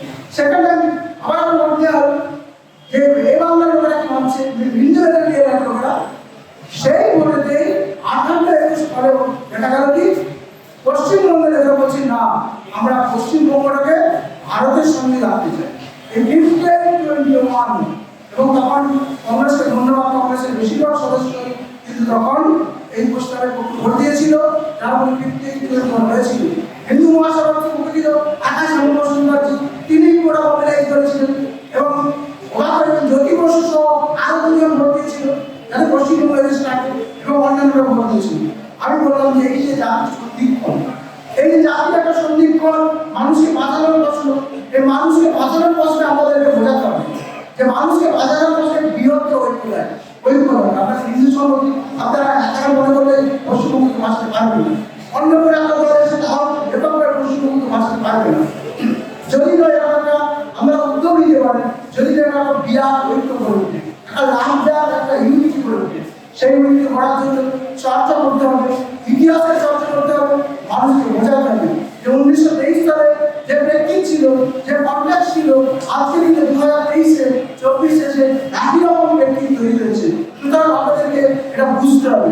আমার মনে হয় সেদিন যদি জ্যোতি বসুরা বুঝে থাকে তাহলে আজকের দিনে মানুষ বুঝবে, আর আক্ষেপ করে লাভ নেই, কিছু মানুষ বুঝবে না। সেদিনে যেমন একজন বুঝেন যোগের মন্ডল, যোগের মন্ডল ছিল সিভিল রাজনীতির পক্ষ থেকে তিনি নির্বাচিত সদস্য, তিনি চেয়েছিলেন পুরো বাংলাটাই পাকিস্তানের সঙ্গে চলে যায় এবং তিনি পাকিস্তানের পক্ষে ভোট দিয়েছিলেন। পরবর্তীকালে সেই যোগের মন্ডল পাকিস্তানের আইনমন্ত্রী হয়েছিলেন, যখন সেখানে তার প্রাণ সংশয় হলো তাকেই ব্যক্তিগত হত্যার চেষ্টা করা হলো। তিনি একটা বিশাল পৃথিবীর ইতিহাসে সবচেয়ে বড় রেজিগনেশন এটা লিখে কোনো রকমের লুকিয়ে ভারতে চলে এসেছিলেন এবং সারা জীবন তিনি অনুশোচনা করেছিলেন যে আমি কি খারাপ কাজ করেছি। তা আপনাদের ভাবতে চলবে এখন যোগের মতো কাটবে, আরো অনেক লোক কাটবে, কিন্তু আপনাদেরকে বৃহৎ যেতে হবে, ইতিহাসটা জানতে হবে আর মানুষকে বোঝাতে হবে। আর একটা কথা বলি, আপনারা নিজেরা বোঝেন, আমাদের বাড়ির স্ত্রী আছে তাদেরকে বোঝান, ছেলেদেরকে বোঝান, মেয়েদেরকে বোঝান, সবাই মিলে আসুন, তাহলে আরো পরিবেশটা ভালো হয়, আরো দ্রুত সম্মানের বিস্তার হয়, মানুষের মধ্যে আরো অনেক কিছু নিয়ে আসতে পারে। এটা পশ্চিমবঙ্গ মাথায় রাখতে হবে আপনাদেরকে যে এখানে কোনো মানুষকে আপনি উত্তরপ্রদেশ যেভাবে বোঝাবেন, বিহারে যেভাবে বলবেন, এখানে সেভাবে বোঝাতে যাবে না। এখানে আপনাকে সুনির্দিষ্ট ন্যারেটিভ করতে হবে, এটা মানুষকে বোঝাতে হবে। তো আমাদের হাতের সামনে ইতিহাস রয়েছে, আমরা লক্ষ্য হতেই পারেন যে 23 সালে এই করোনা 47 সালে যদি সবাই একত্রিত হতে পারে হিন্দু সংখ্যার স্বার্থে, হিন্দু বাঙালি রক্ষার প্রয়োজনে এবং পশ্চিমবঙ্গকে বাঁচানোর প্রয়োজনে তারা যদি একটা রকম আসতে পারে তাহলে আজকে কেন আমরা আসবো না? আমার মনে হয় মানুষকে বোঝাতে বুঝবে, ধীরে ধীরে তো মানুষ বুঝছে। আগে তো আমি নিজেই বলছি, আমি মাস্টার ডিগ্রি পাস করেছি, আমি নিজেই কখনো এই বিশ্বের কোন সম্পর্কে জানতাম না। আমি এমনিস্ট আমি একটা কমিউনিস্ট পার্টির সঙ্গে যুক্ত ছিলাম, হোল টাইমার ছিলাম, কিন্তু আমি নিজেও এই দিকটা সম্পর্কে জানতাম না, কিন্তু পরবর্তীকালে জানা যাচ্ছে কারণ আপনারা চর্চা করছেন। মনে রাখবেন যে আপনারা যখন সোশ্যাল মিডিয়ায় লিখবেন বা কার সাথে প্রথমে গালাগালি নয়, উত্তরতা নয়, আপনি যখন ব্যক্তিগত স্তরে আপনি প্রকাশ করতেই পারেন, পুষ্পা প্রকাশ করতেই পারেন, কিন্তু যখন আমি পাবলিক প্ল্যাটফর্মে, যখন আপনি সোশ্যাল মিডিয়ায় দিচ্ছেন, যখন আপনি কোথাও সবাই বক্তব্য দিচ্ছেন, যখন আপনি 10টা লোকের সঙ্গে বলছেন, আপনাকে মার্জিতভাবে বলতে হবে, আপনাকে যুক্তির সঙ্গে বলতে হবে, আপনাকে ইতিহাসটা তুলে ধরতে হবে এবং সেই ইতিহাসের যে বিপদ সেটা আমাদের বলে দেবে। যেমন একটা বিপদের কথা বলি, আমাদের এখানে আমাদের ছোট্ট বোন আছেন, মূর্তি একটা ভয়ঙ্কর কাজ করেছে। মুসলিম সাইকোলজি, মুসলিম টেরোরিজম এরকম একটা বিশাল কাজ করেছেন, যার ফলে ওনাকে ইসরায়েলের ফেলোশিপ নিয়ে যাওয়া হয়েছে, ইসরায়েলের কাজ করছে, এখন কলকাতায় এসছে, বাংলাদেশে এসছে। সংবিধান এখন আসলে আমাদের ছোট্ট বাচ্চা হয়ে আমাদের হাত করছে নিজের উদ্যোগে এবং নিজের উদ্যোগে না বিশাল কাজ করেছেন। ওই একটা দাবি তুলেছিল সংবিধান আমার কাছে, আপনারা এটা তো বলছেন না, একটা যে হলোকাস্ট মেমোরিয়াল, এত হিন্দু খুন হয়েছে, এত হিন্দু মারা গেছে, এত হিন্দুকে টর্চার করা হয়েছে, এরা হলোকাস্ট মেমোরিয়াল কেন করছেন না ইসরায়েলের মতো? সংবিধান কোন দেশে থাকেন, হ্যাঁ বাচ্চা হয়ে এখন এসছে এখানে বিচার করতে পারে, আপনারা ওকে ছোট্ট বাচ্চা হয়ে একদম বাচ্চা, একদম বাচ্চা, ওকে হাত দিয়ে পাশি করছি, আপনারা সবাই আসবেন। শান্তনুদা একটু সামনে আসতে বলুন, শান্তনুদা, শান্তনুদা ওনাকে একটু সামনে আসতে বলুন প্লিজ।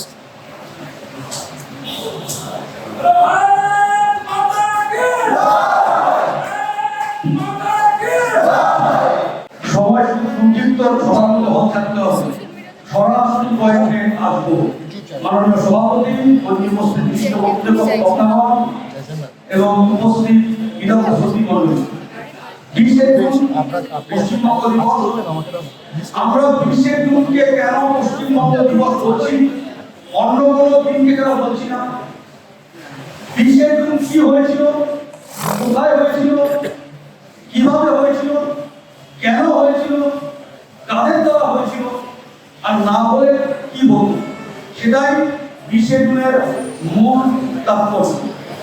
ঘটনা ঘটেছিল 47 সালের 20শে জুন বেঙ্গল লেজিসলেটিভ অ্যাসেম্বলিতে। বাংলা প্রদেশের বিধানসভা ছিল ভারতবর্ষের মধ্যে সবচাইতে বড় প্রাদেশিক বিধানসভা। মোট এমএলএ বা প্রতিনিধি ছিলেন 250 জন। ঘটনা শুরু হয়েছিল, সবাই জানেন, মোহাম্মদ আলী জিন্নাহ নিজের বাসভবনে সাংবাদিকদের ডেকে বলেছিল, we will either divide India or destroy India. আমরা ধ্বংসপ্রাপ্ত ভারত চাই নয়, আমরা বিভক্ত ভারত চাই। উল্টো দিকে গান্ধীজি কি বললেন? আবেগের সঙ্গে গান্ধীজি বললেন, ইন্ডিয়া, দেশকে ভাগ করার আগে আমাকে ভাগ করতে হবে। কিন্তু সময়ের সঙ্গে সঙ্গে সবাই বুঝে গেলেন জিন্নাহর সামনে গান্ধী নেহাত দুর্বল ব্যক্তিত্ব।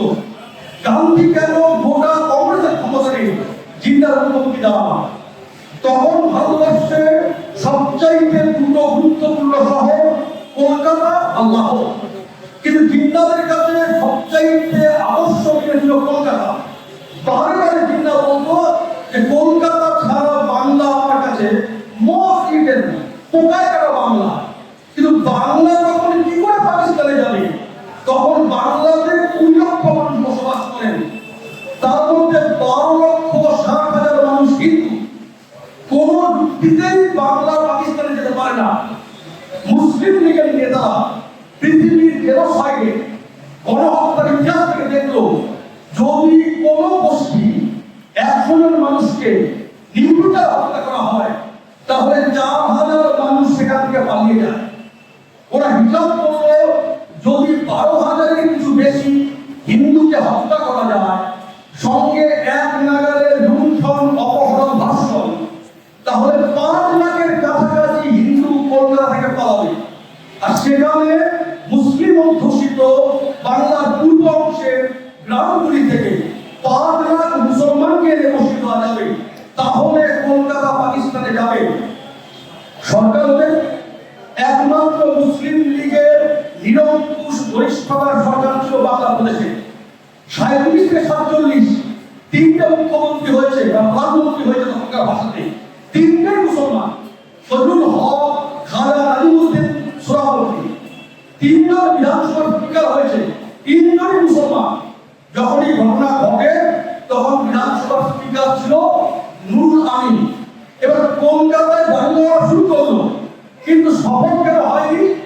গোপাল মুখার্জি, যার বিষয় নিয়ে তপন ঘোষ যথেষ্ট প্রচার করেছিলেন, গোপাল মুখার্জি, ভানু ঘোষ, যুগল ঘোষ, বিজয় সিং নাহারদের প্রচন্ড মারে মুসলিম লীগ চোখে সহ্য করতে দেখল।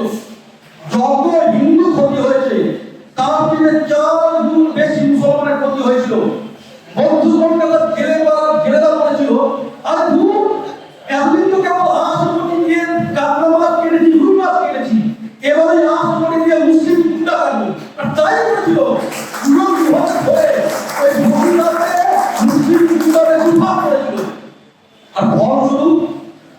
সুরাবতী প্রধানমন্ত্রী 19 আগস্ট মাথা চুল ছিল।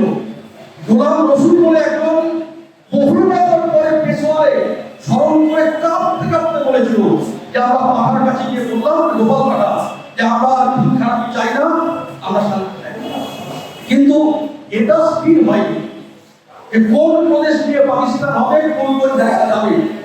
ভারতবর্ষের অন্য প্রদেশগুলি নিয়ে কোনো সমস্যা ছিল না, কারণ হয় মুসলমান সংখ্যাধিক্য নয় হিন্দু সংখ্যাধিক্য। বাদ সাধলে যোগাযোগ পাত্র হচ্ছে পাঞ্জাব আর বাংলা নিয়ে। পাঞ্জাবে হিন্দু মুসলমান সংখ্যা সমান সমান, আর বাংলাতে মুসলমান সংখ্যা হিন্দুর চেয়ে সামান্য বেশি। অনেক ঘুরিয়ে ভাবিয়ে দেখানোর পরে মাত্র 54%। শ্যামাপ্রসাদ মুখার্জি লর্ড মাউন্টব্যাটেনকে গিয়ে বললেন, সেই শ্যামাপ্রসাদ মুখার্জি যার ছবি দেখতে পাচ্ছেন, যার নামে শিয়ালদা স্টেশন করার দাবি মাননীয় তপন ঘোষ 2014 সালে তুলেছিলেন। আমরা কেন এই দাবি তুলেছিলাম? উদ্বাস্তু হিন্দুরা প্রথম যখন পালিয়ে আসতো শিয়ালদাতে, ওরা শিয়ালের জায়গা ছিল, ল্যান্ড অফ জ্যাকেলস ছিল, ওখানে আশ্রয় নিত। ডক্টর মুখার্জি পুনর্বাসনের চেষ্টা করতেন, তার জন্য হিন্দু সংগঠনের নেতা প্রতিষ্ঠাতা তপন ঘোষ দাবি তুলেছিলেন। আমরা আজকেও দাবি তুলি যে শিয়ালদা স্টেশনের নাম ডক্টর শ্যামাপ্রসাদ মুখার্জি টার্মিনাস করা হবে। সেই ডক্টর মুখার্জি লর্ড মাউন্টব্যাটেনকে গিয়ে বললেন, আরে আপনি তো ভারত ভাগ করছেন হিন্দু মুসলমানের ভিত্তিতে। জিন্নার মূল বক্তব্য কি? যে সংখ্যাগরিষ্ঠ হিন্দুর সাথে মুসলমানরা স্বাধীনতা নিয়ে নিরাপত্তা নিয়ে বাস করতে পারবে না।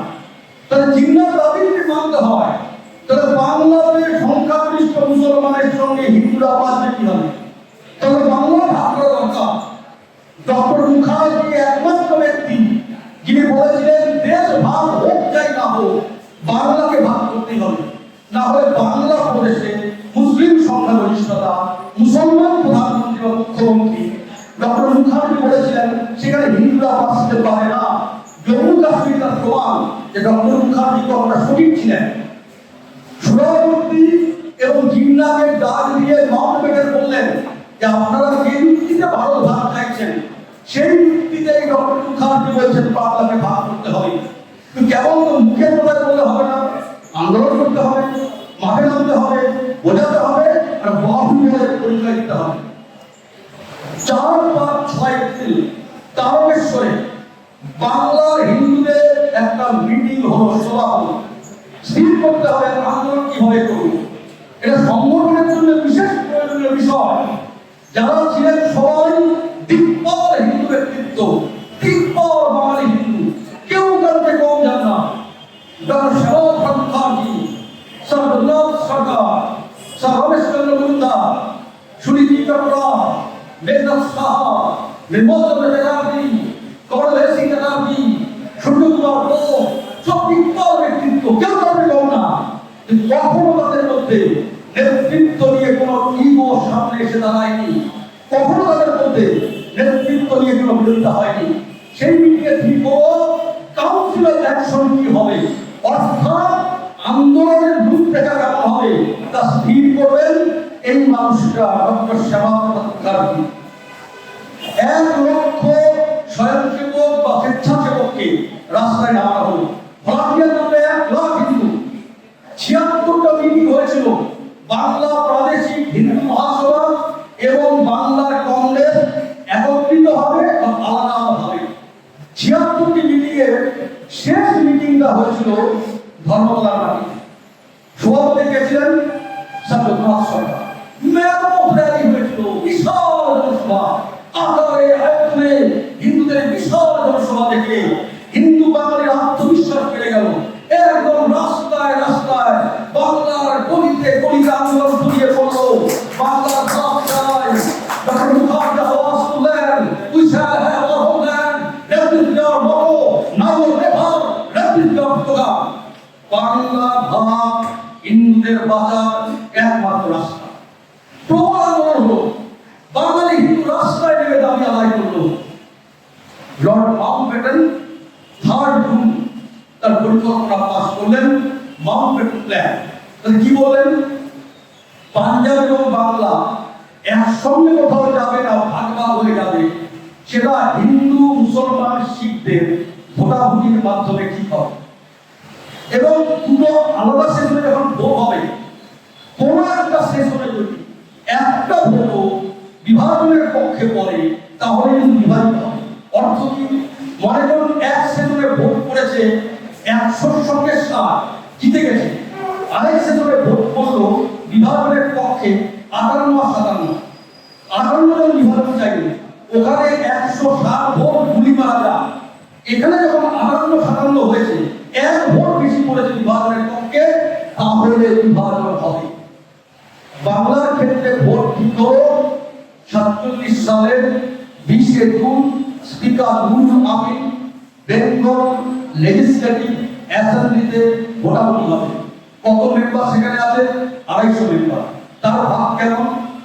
117 জন মুসলিম রিজার্ভ সিট নেই, কোন হিন্দু রিজার্ভ সিট নেই। জেনারেল সিট 78, দুটো সিট দুটো university, Calcutta university, Dhaka university. 5টা সিট মহিলাদের সংরক্ষিত, তার মধ্যে দুটো মুসলিম মহিলা। তার মুসলিম রিজার্ভ সিট 119টা, দুটো জেনারেল সিট, একটা অ্যাংলো ইন্ডিয়ান মহিলা সিট।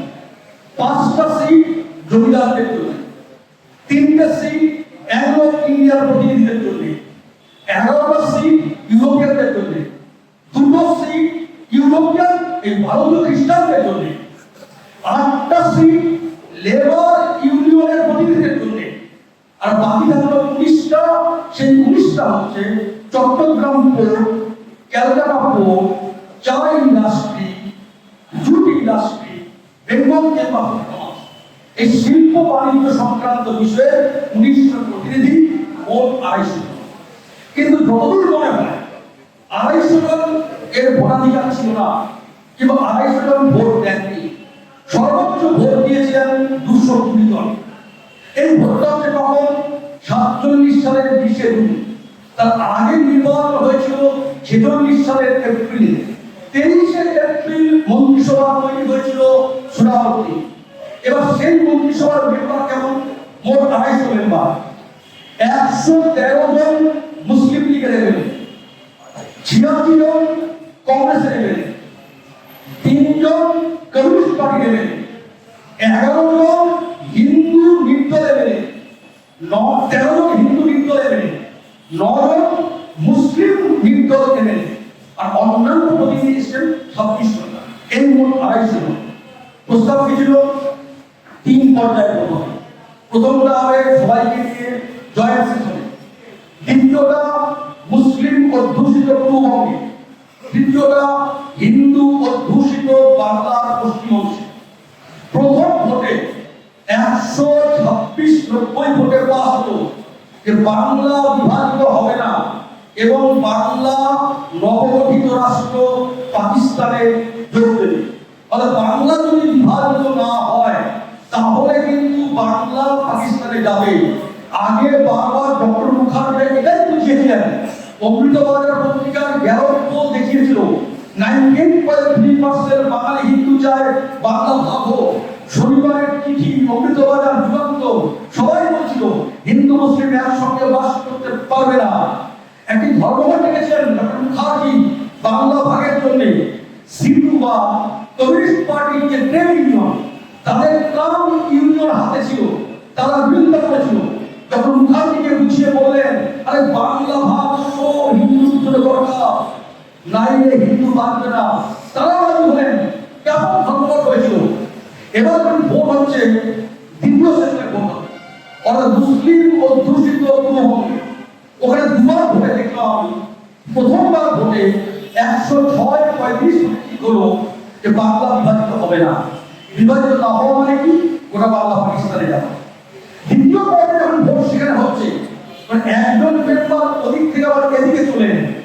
107-34 ভোটে ঠিক হলো যে যদি বাংলা বিভাজিত হয়, তাহলে বাংলার এই পূর্ব অংশ পাকিস্তানে যাবে। প্রথম দুটো ভোটে ঠিক হয়ে গেছে, বাংলা ভাগ হোক চাই না হোক, পূর্ববঙ্গ পাকিস্তানে যাবে, ভাগ না হলে ওটা বাংলা পাকিস্তানে যাবে। হচ্ছে বাংলার পশ্চিমাংশ নিয়ে মোট মেম্বার ৭৯ জন এমএলএ ভোট দেবেন। ৫৮ জন হিন্দু মেম্বার ভোট দিলেন বাংলা ভাগের পক্ষে এবং দ্বিতীয় পর্যায়ে বললেন এই যে বাংলা ভাগ হবে এই অংশ ভারত রাষ্ট্রের অন্তর্ভুক্ত একটি রাজ্য হবে। ২১ জন মুসলিম মেম্বার ভোট দিয়েছিল বাংলা এক ভাগ মানে পাকিস্তানি রাজ। অর্থাৎ ওই ১৯৪৭ সালে ২০শে জুন অফিসিয়ালি সিলমোহর করল ভারতবর্ষের মাটিতে পশ্চিমবঙ্গ নামে একটা রাজ্য হবে। কি হিসাবে? বেঙ্গলি হিন্দু হোমল্যান্ড হিসাবে। তারা বলেছেন বাংলার হিন্দুদের বাঁচার জন্য, বাংলার হিন্দুদের কৃষ্টি সংস্কৃতি ইতিহাস নিয়ে বাঁচার জন্য একটা ভূখণ্ড চায়। আর এই সেই ভূখণ্ড, যেই ভূখণ্ডের একটা অংশে ভারত সভা হয়ে দাঁড়িয়ে আমরা যে সভা করছি, তাহলে আমরাও আগে বাংলাদেশের নাগরিক ছিলাম। কেন জানি? এই মানুষটার জন্য। সেই সঙ্গে অন্য দিকপাল ছিলেন সেদিন যেহেতু অবশ্যই ঠিক হলো বাংলা প্রদেশ তৈরি হবে, পশ্চিমবঙ্গ তৈরি হবে বাংলা ভাগ করে, তার জন্য একেবারে সঠিক অর্থে অফিসিয়ালি পশ্চিমবঙ্গের প্রতিষ্ঠা দিবস হচ্ছে ২০শে জুন। পশ্চিমবঙ্গ স্থাপন দিবস, পশ্চিমবঙ্গ দিবস হচ্ছে ২০শে জুন। আমরা হিন্দু সংগঠন ২০শে জুনের এই বার্তা পশ্চিমবঙ্গ কেন তৈরি হয়েছিল, বাংলার হিন্দু আশ্রয়স্থল বলে এই বার্তা আমরা সর্বত্র ছড়িয়ে দিতে চাই। এবং পরবর্তী সময় যখন আইনসভায় দাঁড়িয়ে জওহরলাল নেহরু শ্যামা মুখার্জিকে বলছেন, আরে মিস্টার মুখার্জি আপনি তো দেশভাগকে সমর্থন করেছিলেন, আজ কেন বলছেন? ডক্টর মুখার্জি বলেছেন, yes but in partition India I partition Pakistan. আমি পাকিস্তান ভাগ করতে পেরেছিলাম বলে ভারতবর্ষের মাটিতে বাঙালি হিন্দু হোমল্যান্ড পশ্চিমবঙ্গের প্রতিষ্ঠা দিবস। এই বার্তা হিন্দু সংগঠন সর্বত্র ছড়িয়ে দিতে চায়। আর তারই অংশ হিসাবে আজকে এই সভাতে আমাদের এই সমাবেশ হচ্ছে। সকলকে ধন্যবাদ, সকলকে নমস্কার। ভারত মাতা কি জয়। অস্তিত্ব রক্ষার জন্য জীবনের শেষ দিন পর্যন্ত তাদের কর্মকাণ্ড প্রবাহিত করেছে। স্বামী বিবেকানন্দ বারবার বলতেন, বি পজিটিভ। এই কথাটা বারবার বলতেন। ঊনবিংশ শতাব্দীতে ভারতের মাটিতে যে সমস্ত সমাজ সংস্কারক এসেছিলেন তাদের প্রত্যেকের বক্তব্য ছিল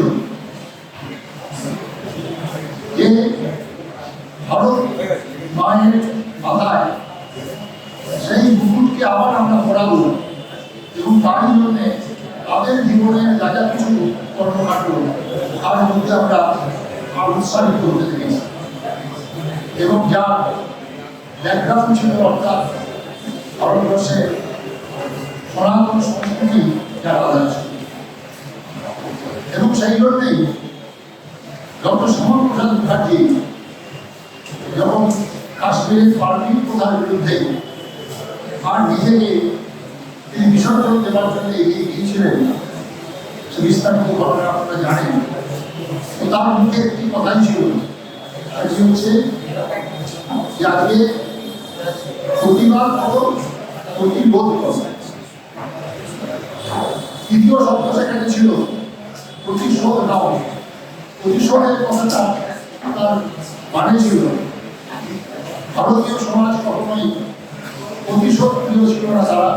সেই জন্য সেই প্রতিশোধের কথা তারা বলেছিলেন যে তোমরা সেই কৌশল অবলম্বন করো যাতে প্রতিশোধ নেওয়া যায়।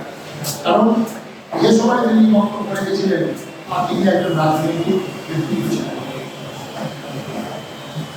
বঙ্গভঙ্গের প্রথম চিন্তা কিন্তু করেছিল ইংরেজ। তার কারণ তারা দেখেছিল যে ভারতীয় সংস্কৃতি সর্বব্যাপী স্থূল যদি কোথাও হয়ে থাকে আর সেটি হচ্ছে বঙ্গপ্রদেশ। তাই বঙ্গপ্রদেশের মধ্যে যে ভাব রয়েছে বীজ রূপে তার করা সর্বদাই ধীরে ধীরে সেটি কিন্তু আর উদ্গীরণ হবে। আগামী দিনে সেটি একটি বড় বিক্ষেপ হবে। তাই 1905 সালে বঙ্গভঙ্গ করতে চেয়েছিলেন এবং খুবই আশ্চর্যের কথা সেই বঙ্গভঙ্গ কিন্তু রোধ হয়েছিল, তার জন্য কোনো লড়াই করতে হয়নি, কোনো প্রতিশোধের রাস্তায় যাওয়া হয়নি। আমরা আমাদের সেই সংস্কৃতির বাণীর দ্বারাই আমরা কিন্তু আর ইংরেজকে বাধ্য করতে পেরেছিলাম যে বঙ্গভঙ্গকে তবে তোমরা রদ করবে না। এবং পরবর্তীকালে তপন ঘোষ, যিনি তার সম্পূর্ণ জীবন আর এই কাজের জন্য ব্যয় করেছিলেন, তৎকালীন সারা ভারতবর্ষ তথা বাঙালি সমাজের যে অবক্ষয়ের চিত্র ছিল, যেটিকে বলা হলো সামাজিক অবক্ষয়, তার মানে তিনি দেখেছিলেন যে মানুষ নিজেকে নিজের পরিচয় দিতে ভয় পায়, আর অপরদিকে অন্য একটি সম্প্রদায় তারা কিন্তু নিজের পরিচয় গর্বের সঙ্গে ঘটায় এবং যার সুন্দর আমরা একটু আগে বক্তাদের মধ্যে শুনলাম, যারা বললেন 30%, 70%, আজকে যারা সেটিকে খুব ভুলিয়ে বলতে পারেন না, তার কারণ তাদের উদ্দেশ্য একটাই ছিল যে এই ভারতবর্ষটাকে আমাদেরকে দখল করতে হবে এবং তার জন্য নানা ধরনের কৌশল তারা কিন্তু অবলম্বন করে চলেছেন, আজও চলেছে। কিন্তু হিন্দু সমাজ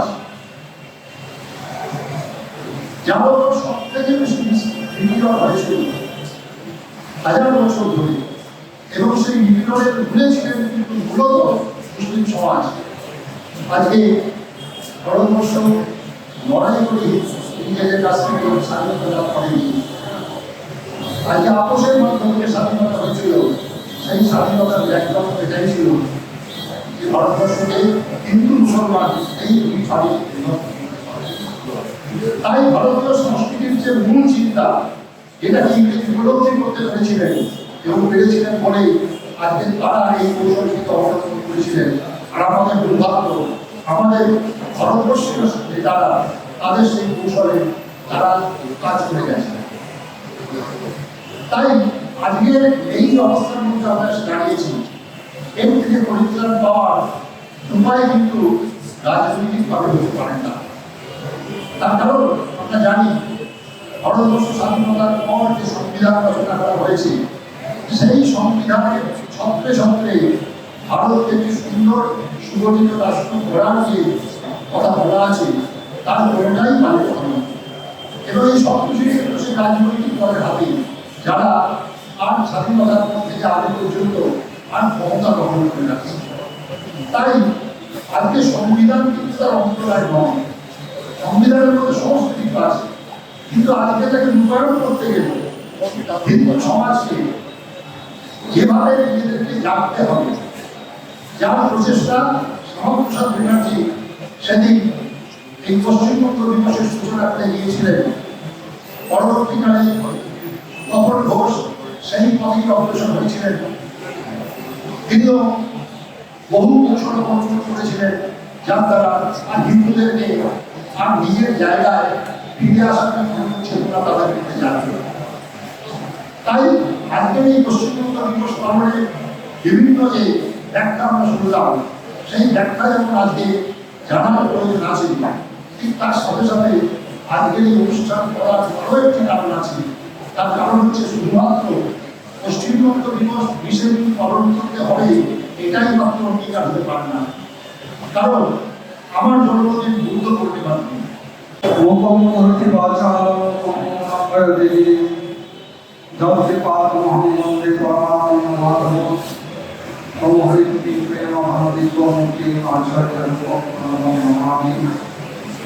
হিন্দু সংগতির আহ্বানে আজকের এই 20 জুন পশ্চিমবঙ্গের যে প্রতিষ্ঠা দিবস, সেই প্রতিষ্ঠা দিবসের আজকে ভারত হলে আমরা সকলে সমবেত হয়েছি।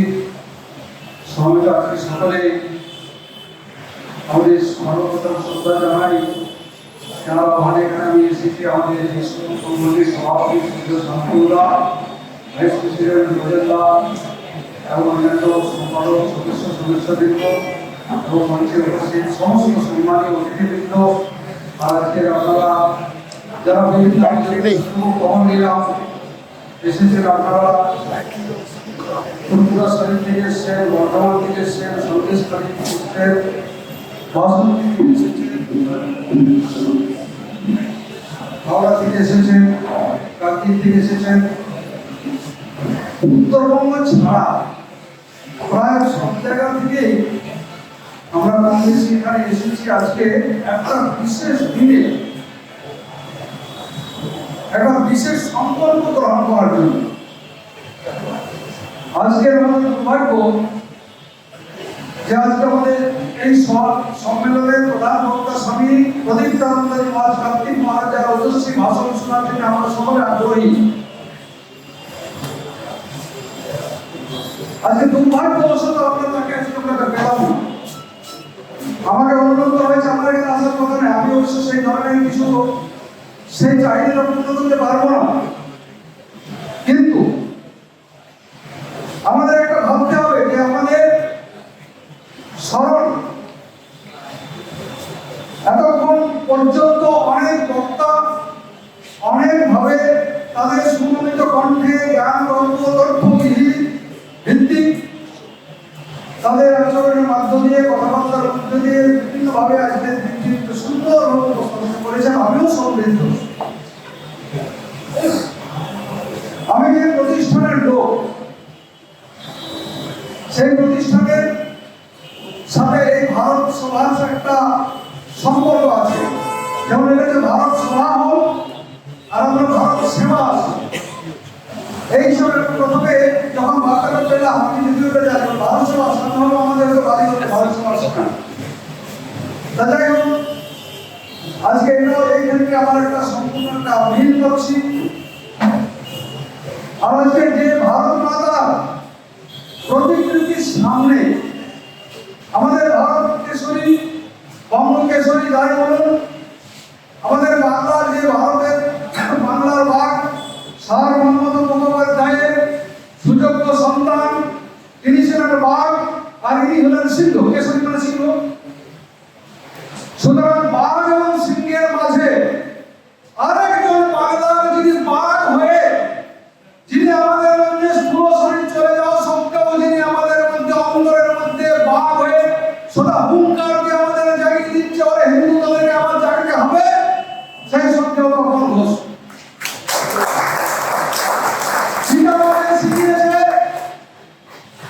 এই দেহের মৃত্যু হয় কিন্তু আমাদের মৃত্যু হয় না, আমাদের আত্মার মৃত্যু হয় না।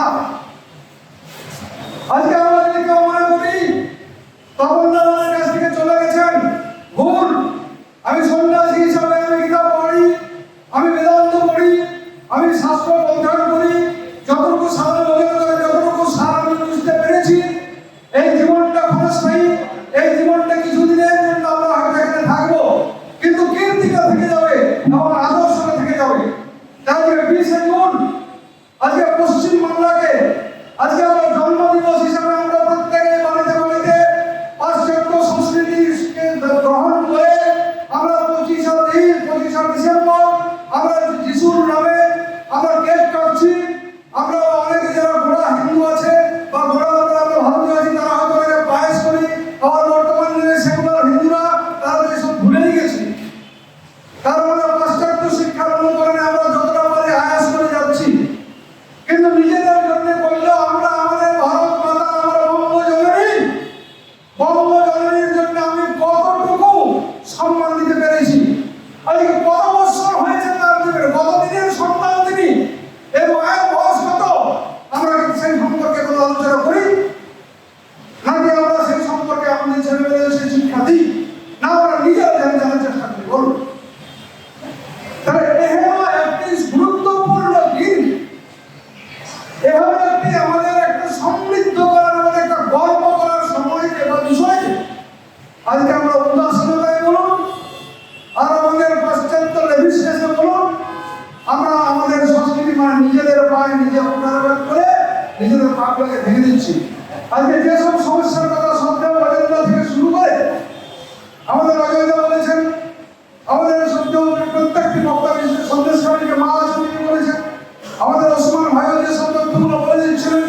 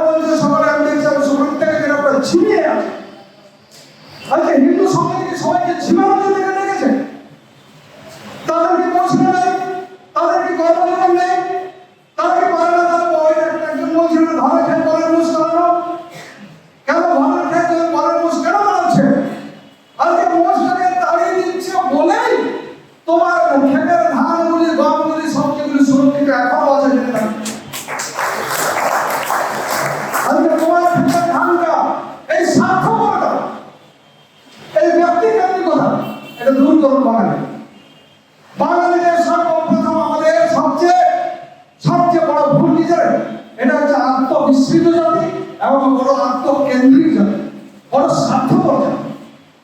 এই স্বার্থপরতা, দুর্বলতা, ভীরুতা, কাপুরুষতা, সংকীর্ণতা, স্বার্থপরতা, এটা হচ্ছে শুধু পাপ নয়, মহাপাপ।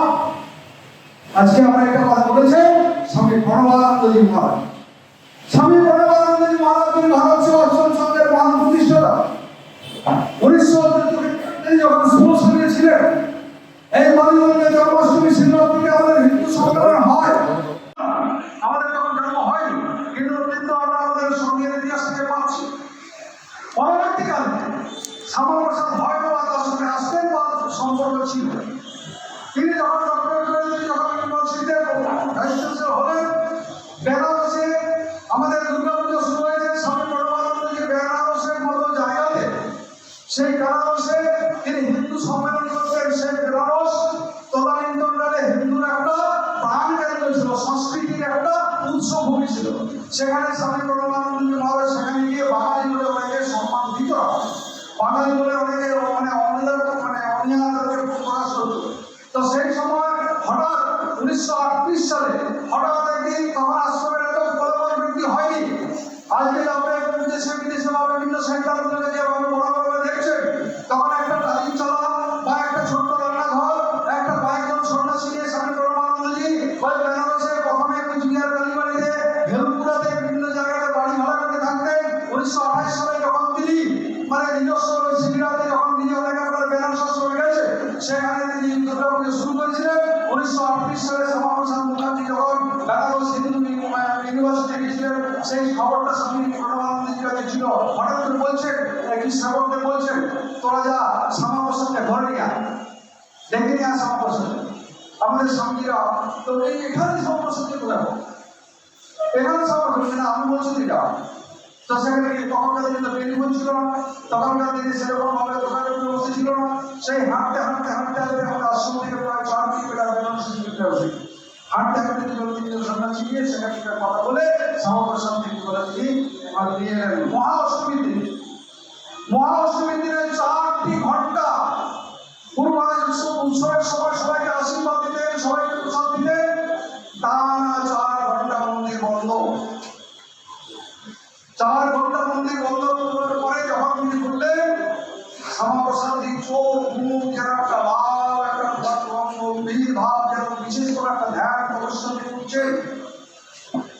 আর স্বামী প্রণবানন্দজি মহারাজ বললেন, বাঙালি হিন্দুর জন্য আমি একজন অভিনব তৈরি করে গেলাম। বাঙালি হিন্দু আছে বলে বিপন্ন, বাঙালি হিন্দুর পাশে দাঁড়ানোর কেউ নেই।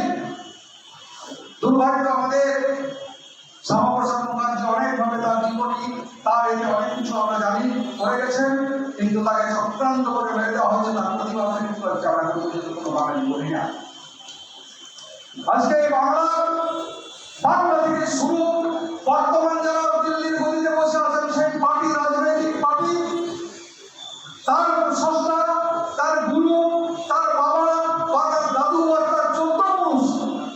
অথচ আমার দুঃখ হয় যে সেই পার্টি বা তাদের সেই শীর্ষ নেতৃত্বরা তারা কতটুকু সম্মান দেয় আমার একটা মনে সন্দেহ। সম্মান নিশ্চয়ই দেয়, আমি তাদের ছোট করছি না।